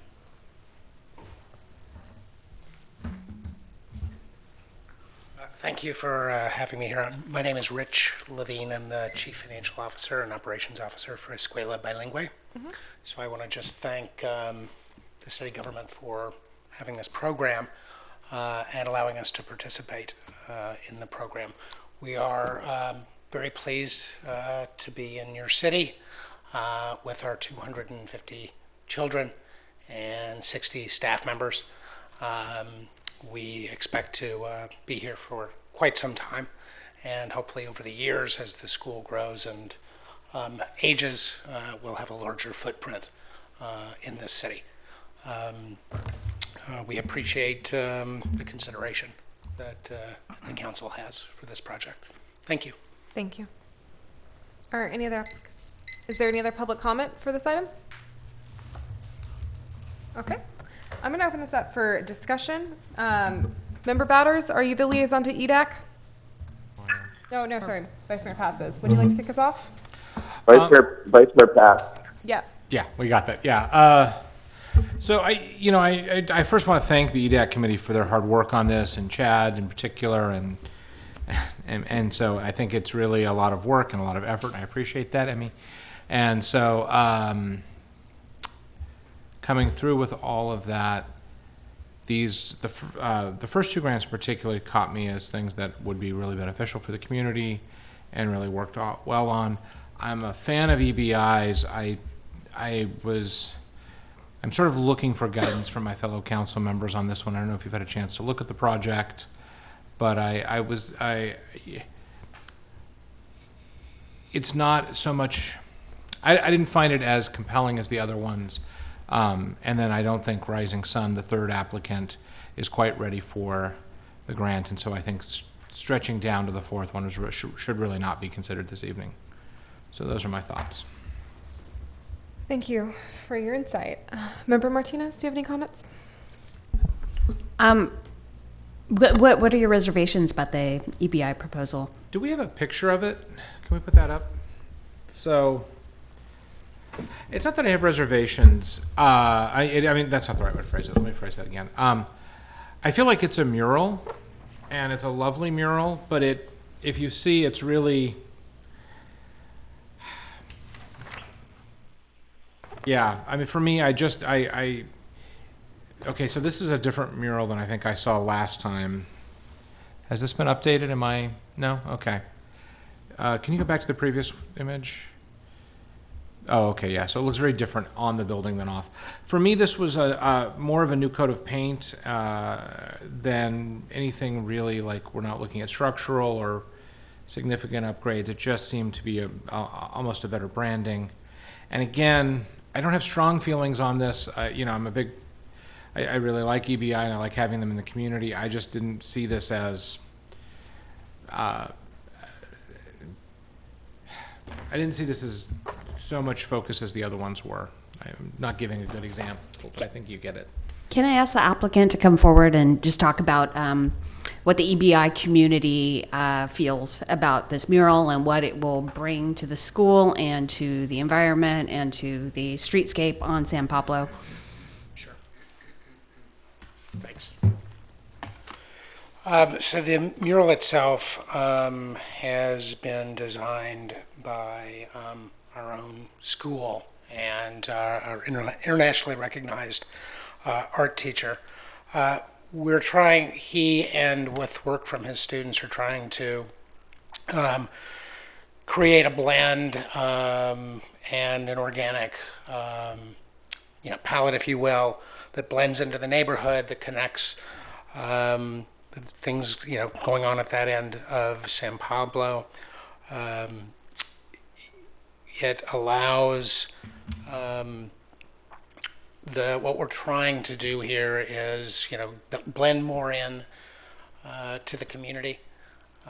This allows us to continue to fulfill our mission, not only serving the community, serving our students, and do something that we would normally not be able to fund in this case. And we think it helps bring the community together and makes us more a part of the community. There are other questions? Member Donahue? Is there a kind of a white scrim over the windows in this proposal? Oh, yeah. The answer is no. There would be no change to the windows. I think for the purposes of this imagery, we had to cut out what would be the blue so the parts. windows will be as they are. Exactly as they are. There's no change to the window treatment. I do not have any further questions here. At what funding level are you still able to do the mural? Because we have two funding choices, and I think they're both below the request. Yeah, the project we estimate to be a total of about $72,000 to $75,000, of which it sounds like the council is considering a portion of that. So the EDAC is recommending, I want to say 55, and then gave us the option of 27, and of half of that if we wanted to push some down to the fourth. What is the impact when the trees, this is the fall look at it, but if you can see there's trees in front of the mural. This was the other comment that I think was made, is when they're in full bloom, will the mural still be visible from the street? I believe it'll... Those trees are never super in bloom. Yeah. Okay. There's my corner. I don't have any further clarifying questions. Does anyone else up here? Okay. Thank you. I have a question for the applicant. Oh, stay up. Sorry, Member Powders. Yep. Thank you, Madam Mayor. To the applicant, did you just state that the estimated cost of this mural was $72,000? The cost of the entire project of painting, the mural, the scaffolding, signage, all included that we submitted, is that $72,000 to $75,000. Why was the request that was originally submitted then for this grant for $100,000? According to my sheet, the total project cost was estimated to be $100,000, and the request for $75,000. Is that what you're seeing, Member Bowders? Well, no. So they get to make an ask saying what they say that the project cost is, and then they're only eligible for up to 3/4 of it. So if the project costs $100,000, we require a 25% contribution. We would offer up to $75,000.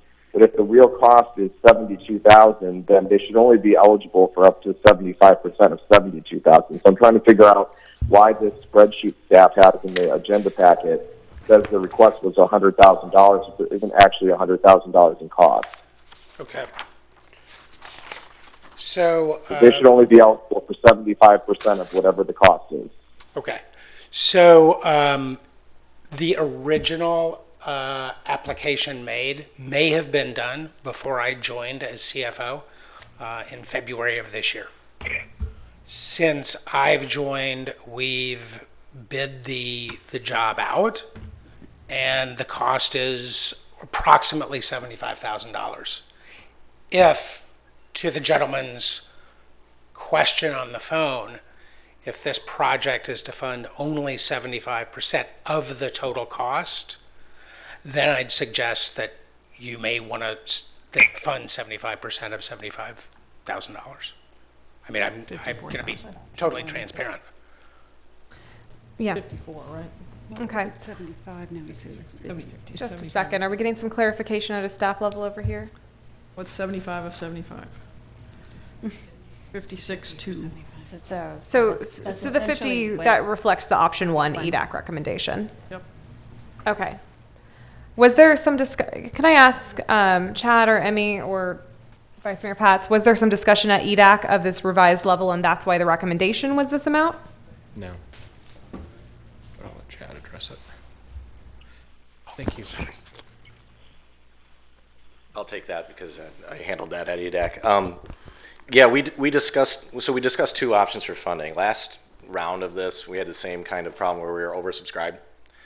And we gave a couple of options, either just fund it as much as well as you can at their full request, or spread it out amongst all the applicants. And so we had a similar option in front of the EDAC this time as well. But in this case, the distinguishing factor for the last scored, the Rising Sun proposal, was that there's an outstanding code compliance issue, and it was also the lowest scored, notwithstanding that code compliance issue. So the option that the EDAC ultimately adopted was to partially fund the request from EBI and fully fund the other top scoring requests. Did that answer it? So the answer is basically no. At no point did the applicant revise the amount that they were asking for. No, we didn't. Based on the new information once it was bidded out. No, but we didn't. We also didn't request that, but no, that didn't come into us. Okay. It's worth noting that these agreements are done on a reimbursement basis. So after the projects come in, even if they're under cost, they're still only getting 75% of cost. Can you stay up here for a second, Chad? Vice Mayor Pats, you have another? I was just going to emphasize what Chad just said, is that they're always a rough estimate because it is I'm going to say a receipt-based funding. It's not just a blanket check. I can't hear you, Christian. Sorry, I was just reiterating what Chad said, that it's an actual cost, not a blanket amount. We don't just write a check to the recipients. We wait till the work is either bid out or done, I believe. Done and paid for. Done and paid for, yeah. I have a follow-up question since I don't sit on the committee. When we set out the goals of the program were to leverage city funding to increase jobs and economic multipliers. Is that one of the scoring metrics for these projects? We look for the long-term economic benefit of the projects. That's one of the factors. Mm-hmm. The other factors relate to how long the place has been vacant and whether it's an applicant has a long-term leasehold interest or an ownership interest in the property. The theory being that we want the grants to go into businesses that are going to be there for a while. So those are indirect measures of those objectives. And out of the round 1 funding we've done, have we started to gather any data that would help us analyze the actual long-term economic impacts of this program? No, not in terms of direct measures going back to applicants and asking them whether it resulted in additional hires. No, we haven't done that. Okay, thank you.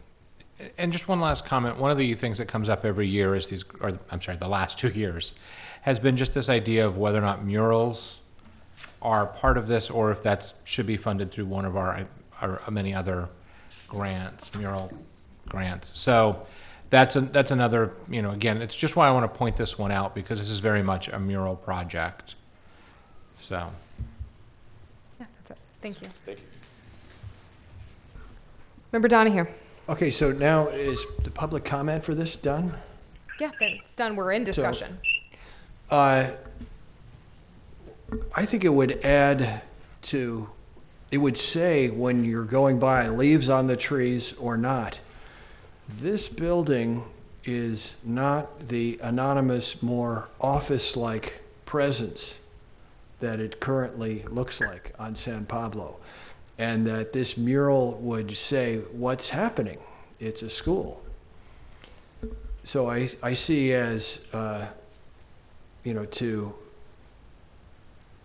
when you have a city that can show you what's in its structures, I think that can be a good thing.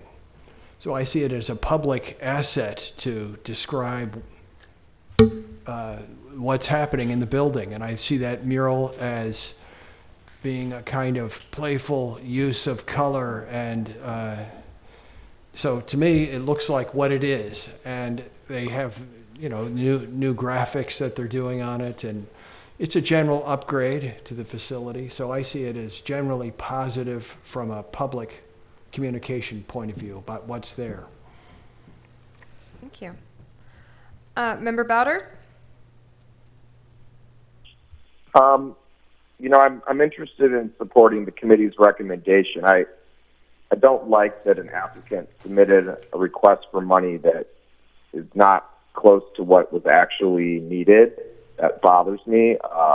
And I understand that we still only pay 75% of the actual, but I think allowing applicants to ballpark or submit something much higher greenlights them to do things that are more expensive and deprive other applicants in the future of funds. So I just want to point out, even if the gentleman from Escuela Bilingüe wasn't the person who initially submitted this, I didn't appreciate that.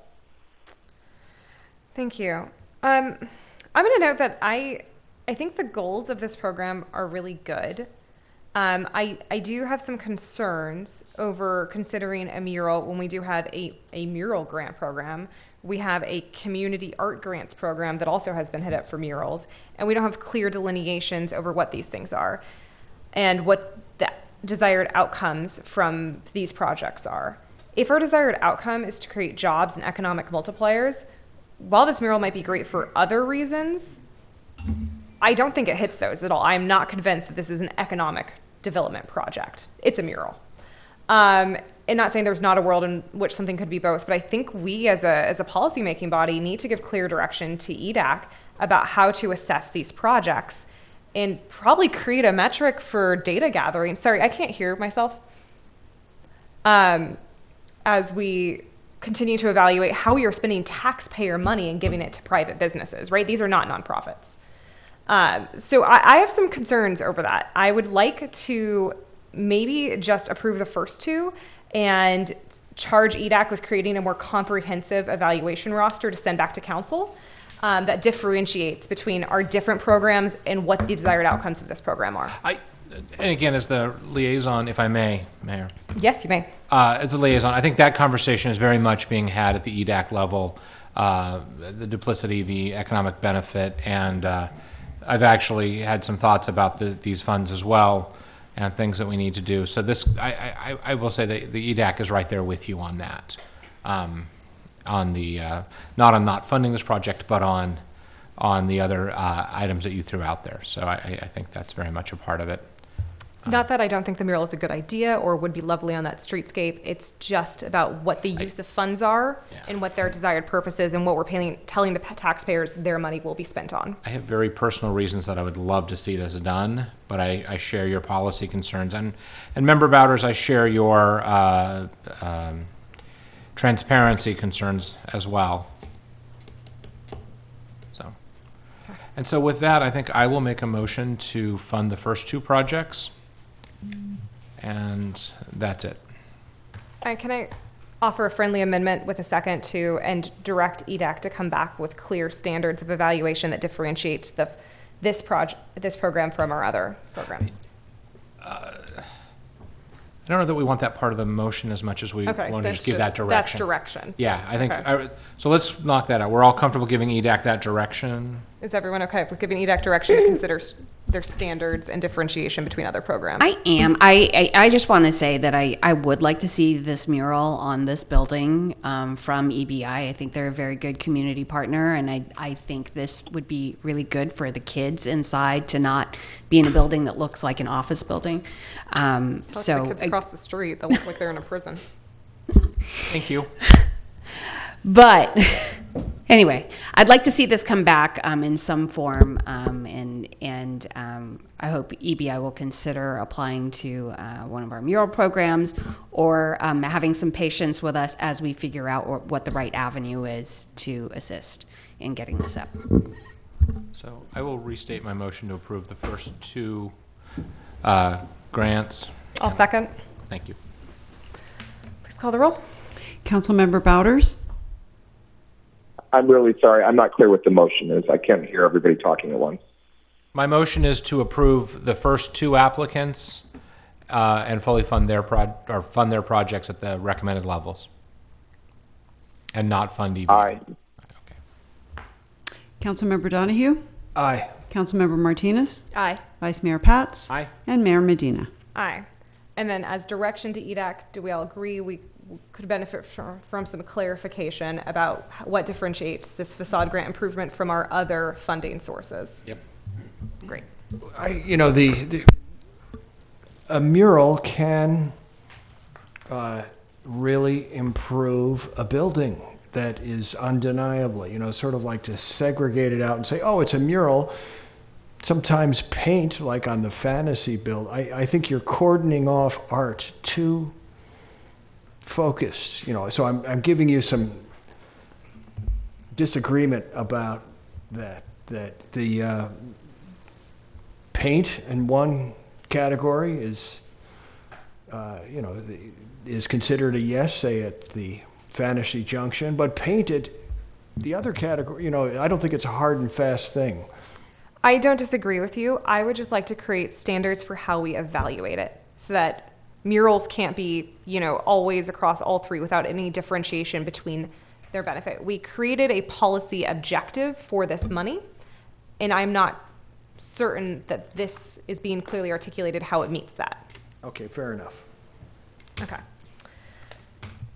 Is that adequate direction for this item?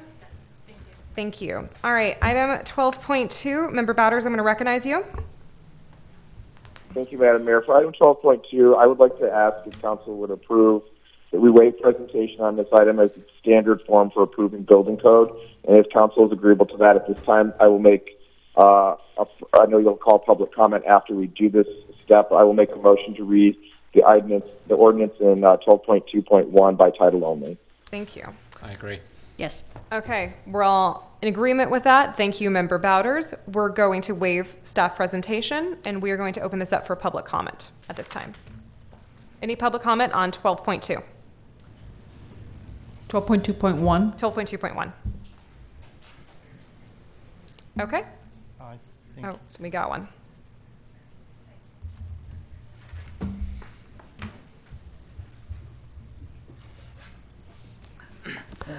I don't want to say that the EBAG is misguided. What I see is that we are basically paying for a paying job. And of course, in the view of an artist, it's beautiful, but for the people who paid for it, it's another paying job. And several meetings ago, we gave money for artists, from the artist community, $8,000. It's just a question of opinion. But I can do a paying job too, and never been paid for unless I have a community. And one of the person who was rewarded, we saw she had college degree. So does she get money from her college degree or for the art? I mean, it does bother me. You really have to focus on what the money is being given for. And as a taxpayer, it's not a privilege, but I'm entitled to question that. Thank you. To clarify, Mr. Carpio, we literally just decided to not give money for a paint job. All right. So I heard a motion to read by title only from Member Bouders. Is there a second? Second. We've got a motion from Member Bouders, a second from Vice Mayor Pats. Please call the roll. Councilmember Bouders? Aye. Councilmember Donahue? Aye. Councilmember Martinez? Aye. Vice Mayor Pats? Aye. And Mayor Medina. Aye. All right. Item 12.2.2. Wait. Yeah. I'll Oh, re- so you got to read the. I gotta read it by. I'll read it by title. I'll only. make a motion. Sorry, we need to actually have Mr. Gina read by title only. I was speeding through. Yep. Thank you, Madam Mayor. An ordinance of the City Council of the City of Emeryville repealing and replacing chapters 1, 2, 3, 4, 5, 6, 7, 8, 9, and 10 of Title 8 of the Emeryville Municipal Code entitled Building Regulations and making required findings related to the adoption and amendment of the California Building Standards Code with a CEQA determination of exempt pursuant to CEQA guidelines 15061B3 and 15378B2. Make a motion to approve the ordinance. Second, we've got a motion from Member Bowders, a second from myself. Please call the roll. Councilmember Bowders? Aye. Councilmember Donahue? Aye. Councilmember Martinez? Aye. Vice Mayor Pats? Aye. And Mayor Medina. Aye. All right. 12.2.2. Motion to read by title only. Great. We're going to open that up for public comment real quick before we get the motion. We're going to waive staff presentation on this if everyone's in agreement. Yep. Yes. Great. Any public comment on 12.2.2, ordinance of the City Council of the City of Emeryville, repealing and replacing Chapter 5 of the Emeryville Municipal Code entitled Fire Code? No public comment on fire. Okay, here we go. Do you have a comment on fire code?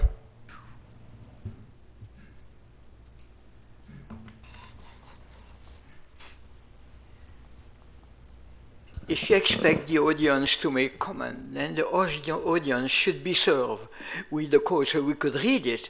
I came here with complete surprise. I don't know what's going on. We are on 12.2.2.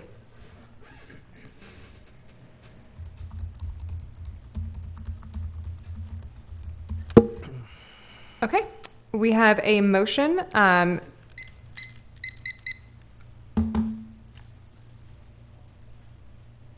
And I've seconded it. Please call the roll. Councilmember Bowders? Aye. Councilmember Donahue? Aye. Councilmember Martinez? Aye. Vice Mayor Pats? Aye. And Mayor Medina. Aye. An ordinance of the City Council of the City of Emeryville repealing and replacing Chapter 5 of Title 4 of the Emeryville Municipal Code entitled Fire Code and making required findings relating to the adoption and amendment of the California Building Standards Code with a CEQA determination of exempt pursuant to CEQA guidelines 15061 sub B3 and 15378B2. Thank you. We have another motion. Move the ordinance. I second. We've got a motion from Member Martinez, a second from myself. Please call the roll. Councilmember Bowders? Aye. Councilmember Donahue? Aye. Councilmember Martinez? Aye. Vice Mayor Pats? Aye. And Mayor Medina. Aye. Great. 12.3. Mayor Medina? Yes. Excuse me, if I just may, I'd like to acknowledge the hard work of Chief Building Official Vic Gonzalez and Deputy Fire Marshal Cesar Avila on this item. This is a big deal for them, and they've waited here patiently to see it passed. So I just want to acknowledge thank you that. for your work. Passed. Thank you for waiting. Thank you. All right, 12.3, consideration of a request for an ADA blue disabled parking zone along the northeastern curb on Park Street at Halleck. Mayor Medina, wearing my hat as your acting public works director. Christine Daniel, this is an application for an ADA blue disabled parking zone at the northeast corner of Park and Halleck. The applicant is Lisa Hellam, the owner of Shed Salon. This was recommended by the Public Works staff to the Public Works and Transportation Committee, a 20-foot blue curb installed at the site. The next closest blue zone is located on private property at Pete's, which is about 0.3 miles from the salon. When the owner of the salon came to the committee, she explained that a number of her clients really need this resource as they have difficulty getting to the salon. The committee has recommended the approval of this blue zone to the full council, and staff also makes that recommendation. Thank you. Any clarifying questions? Okay. I will open it up for public comment on item 12.3. Okay, seeing none, I'm going to open this up for a discussion. Pardon me, Madam Mayor. Yes. I just found out that the council member was dropped. Do you mind if I just quickly redial him? Get him back on here. Do I have to make my presentation again? I don't think so. So while we're waiting for him, if the city manager would, you need to have an actual hat next time. Yeah. Something that says public works. I did have It's a hard hat. a cowboy hard hat when I was next door that I might need to retrieve. That would work very well. Just you know. Fortunately, you can hang up the HR hat. Oh, with gratitude. That is so much louder than it Hello. was before. Hi, we've got you back? Yeah, a cloud must have passed in front of the satellite. Okay. Great. All right, so there's no public comment. We're opening it up for discussion. As a member of the Transportation Committee, when we heard this item, it was, I just got to say, a very thoughtful request for the community. I fully support this, and I'm happy to make a motion for this item. I second it. Thank you. I'm going to motion for myself and a second from Member Donahue. She opened it for comment. There was no comment. Okay. Councilmember Bouders? Aye. Councilmember Donahue? Aye. Councilmember Martinez? Aye. Vice Mayor Pats? Aye. And Mayor Medina. Aye. Department head reports. Wow. Future agenda item requests from council members.